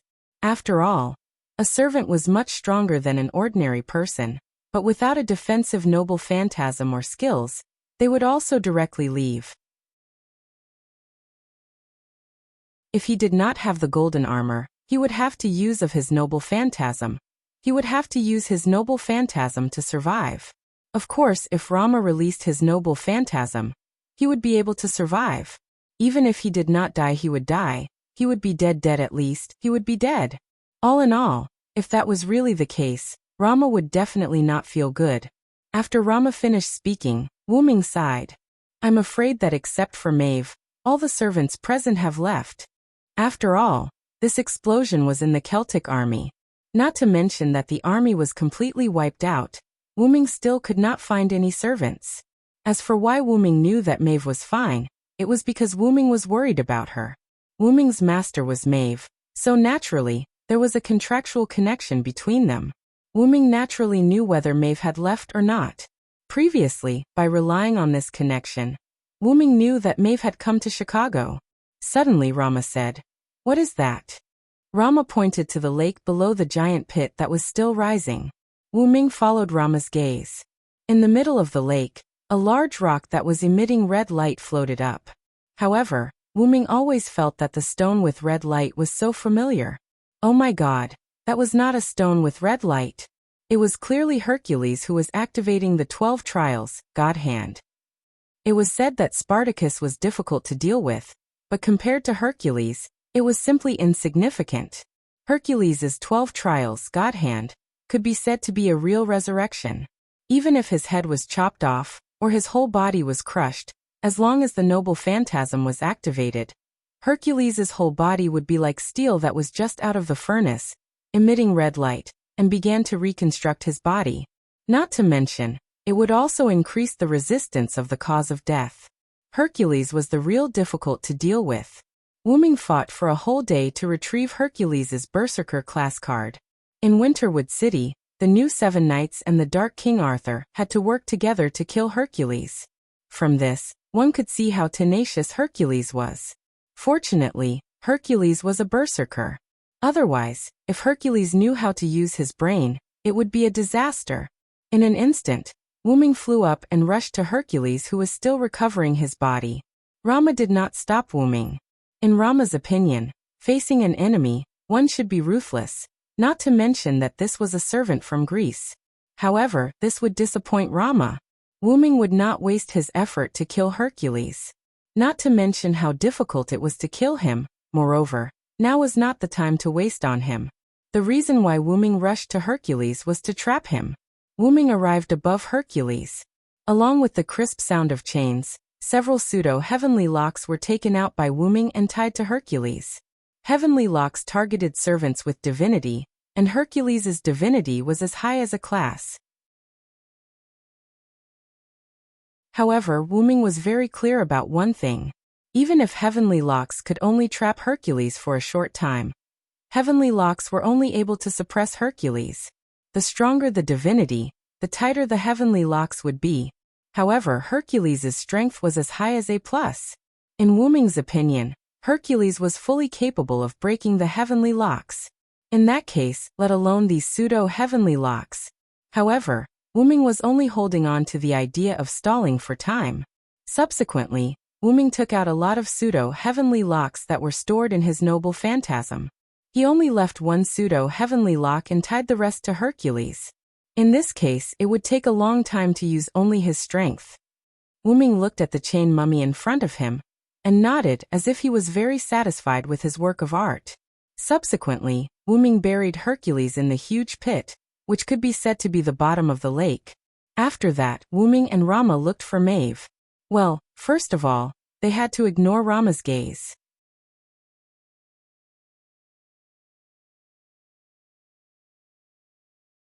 Chapter 533. Wuming searched along the edge of the crater, and soon found Maeve. After all, Wuming could feel from the contract that Maeve was not hurt at all. That meant that she was not in the range of the explosion just now. At the very least, she was not hurt. Naturally, she was outside the crater. With Wuming and Rama's acceleration, it was easy for them to go from the edge of the crater to the other side. It only took them a few minutes. At that moment, the celestial bull that was pulling Maeve's carriage had fallen to the ground. It seemed that it was affected by the explosion. The carriage that was originally gorgeous and dignified had become a little tattered. However, at least it did not seem to be damaged internally. Rama came to the front of the celestial bull and squatted down to check on the two celestial bulls. Wuming was slightly stunned when he saw that. Then he recalled something. It seemed like Rama was quite a caring big boy. At that moment, Maeve suddenly flew out of the carriage. That's right. She flew out and landed in Wuming's arms. Wuming wondered how Maeve could fly into Wuming's arms in a straight line. Wouldn't you fall because of gravity? Newton was about to cry. In short, Wuming hugged Maeve, who was flying toward him. Little Sai, you're finally here. You almost couldn't see me. Maeve looked at Wuming pitifully. Of course, if Maeve changed her smile into a cry, the effect would be better. This must be your wife, Celander. I'm really envious. Romo stood up and looked at the couple who were hugging each other lovingly. He was filled with emotion. Rama was naturally envious of the couple who could be together. It was unlike him and Sito, who could not see each other because of the curse. However, Wuming was very helpless. How could you tell that this was a loving hug? It was obviously my Fu who suddenly flew out, and I subconsciously hugged her, okay? However, since he had accepted Maeve, a hug was nothing. Cough cough asterisk. Speaking of which, Maeve, what's going on here? Wuming asked. On the other hand, Rama was all ears. After all, such a huge explosion was very attractive. This is what happened. Maeve began to tell the story. After Fergus broke the city gate, Hector left while Hercules appeared. Finn and Dilmaud held Hercules back. However, Spartacus appeared and Fergus and Spartacus went against each other. Maeve, of course, was to watch the battle. Following that, There was no progress in the battle between Hercules, Finn, and Dilmad. It was just a back-and-forth exchange of blows. Although Finn and Dilmad couldn't defeat Hercules in a one-on-one fight, the two of them were able to fight Hercules to a draw for the time being. As for the battle between Fergus and Spartacus, it was a one-sided battle. Wuming felt that something was wrong. He knew the effect of Spartacus' noble phantasm. Soon after, Fergus saw that Spartacus was getting more and more spirited as he fought. Spartacus had transformed into a 5-meter-tall monster. Moreover, he was still transforming into a monster. Fergus decided to activate his relic immediately. Then Spartacus exploded. Wuming shook his head bitterly. As expected, nothing good ever came out of this guy's capture. Rama tilted his head awkwardly. It was his fault. However, the young Rama king would never admit his mistake. Asterisk cough cough asterisk as Maeve was the furthest away and had the protection of the ox cart. She was not hurt. However, the two divine bulls were in trouble. These two divine bulls were not Achilles' immortal horses. Now all their bones were broken, and they were about to leave the stage. Fortunately, it was a noble phantasm, so they did not have to worry too much about it. After Wuming and Rama arrived, Maeve removed the noble phantasm. The divine bulls and the ox cart turned into mana particles and disappeared. Is Berserker's noble phantasm that powerful? Rama asked. It was normal for a powerful heroic spirit to have a powerful noble phantasm. However, Spartacus was just a rebellious gladiator. To put it bluntly, he was just a rebellious slave. Moreover, he was a slave who did not succeed in his rebellion and was quickly executed. No matter how one looked at it, such a person should not have such a powerful noble phantasm. He might be an exception. However, I've seen his noble phantasm before. Even if it exploded, it wouldn't be this powerful. Wuming put Maeve down from his arms, ignoring her dissatisfied expression. Then, Wuming looked at the lake behind him that was about to be filled. However, with Master's 3 command incantations and Fergus' noble artifact charging Spartacus, it's not hard to imagine how much damage it could cause. Although almost 100 square kilometers was huge, if Karna and Wuming were to fight, thousands of square kilometers of land could be affected. That was also the reason why Wuming had asked Karna and Zhou to fight in the northwest part of the Cordillera Mountains. There were fewer people there, and it was far away from the battlefield. Otherwise, they would be affected by the battle. Command spells. Noble phantasm charging. Rama and Maeve repeated Wuming's words. That's right. Wuming nodded his head. Spartacus' noble phantasm, crashing warmonger, is a permanent noble phantasm. It can convert the damage it receives into mana and store it in its body. It can increase its ability value and change its body. Finally, when the mana is full, it will self-destruct and launch a destructive impact. After explaining, Wuming paused and thought for a while.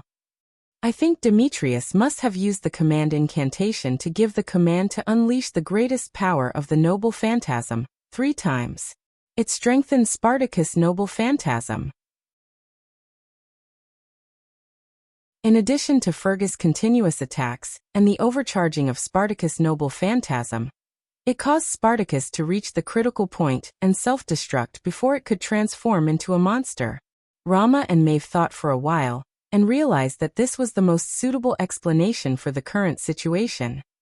However, I think Fergus' noble phantasm had a huge impact on the situation here.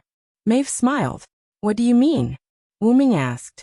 Maeve then told Wuming about the neon sword that seemed to have been infused with all its power. Does that mean it's the same as Ibaraki Duji? Wuming touched his chin. It seems like they've all left the battlefield.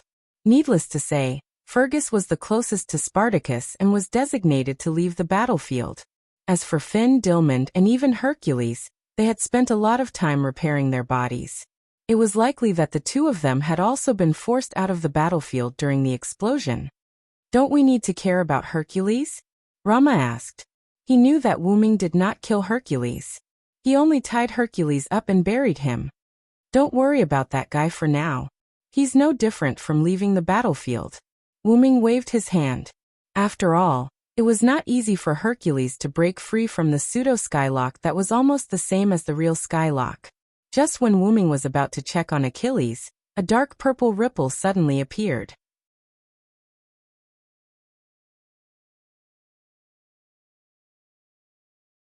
Chapter 534. The portal has been activated? Wu Ming was shocked. That's right, this was Wu Ming's portal. There's no time to explain. Come in quickly, Wu Ming said as he rushed into the portal. That's right, he rushed in. It was obvious how anxious Wu Ming was. Romo seemed to have thought of something and quickly rushed in as well. Maeve looked at the two of them rushing in. She blinked her eyes and walked in gracefully. Then the portal closed.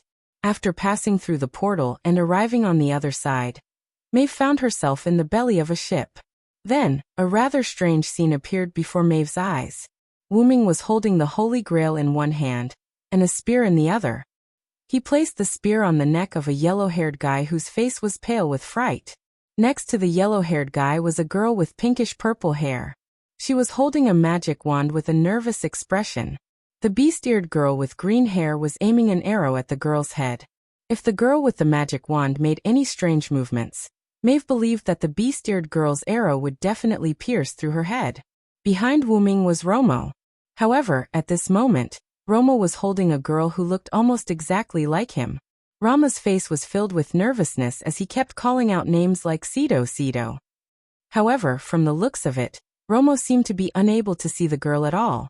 He was like a blind person who could only rely on touch. However, from the looks of it, there seemed to be a problem with Romo's perception. Although on the surface, Romo could accurately touch Cedo, at this moment, Romo gave off the feeling that he was touching air. As for the girl who seemed to be called Cedo, she was already unconscious. This made my Fu daydream.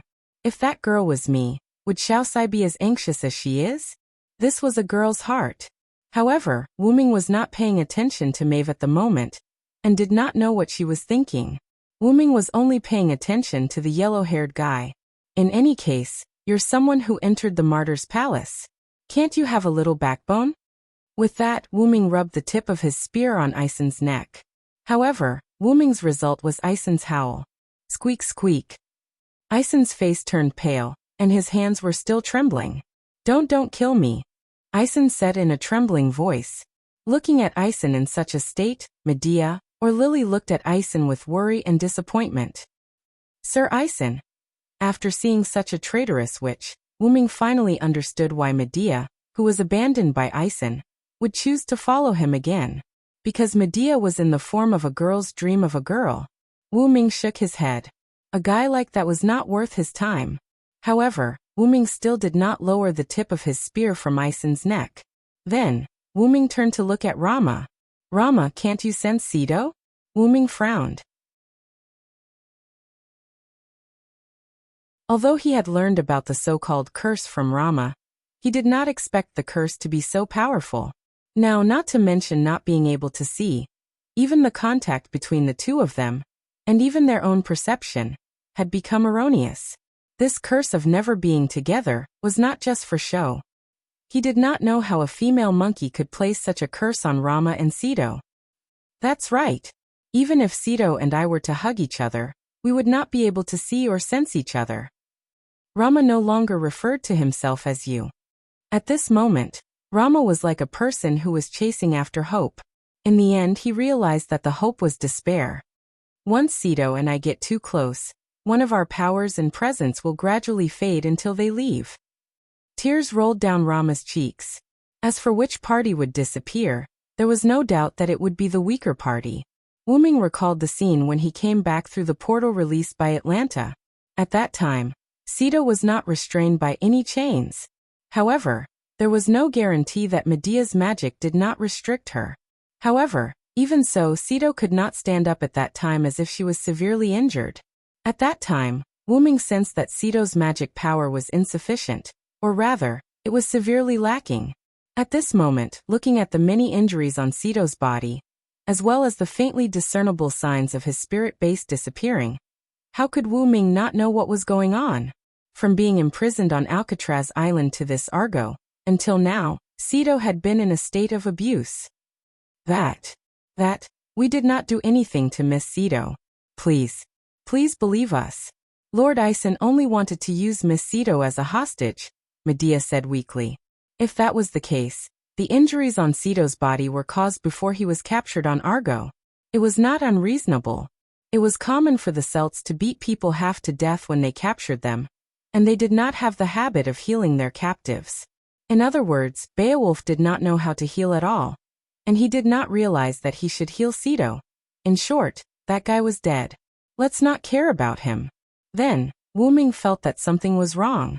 Medea was the disciple of the goddess of magic, Hecate. She had many healing methods, so why didn't she heal Cedo? However, Medea seemed to have seen through Wu Ming's question and answered it in advance. Miss Cedo has always refused me to heal her. And she said something like, even if I die, I don't want to be a burden to Lord Rama.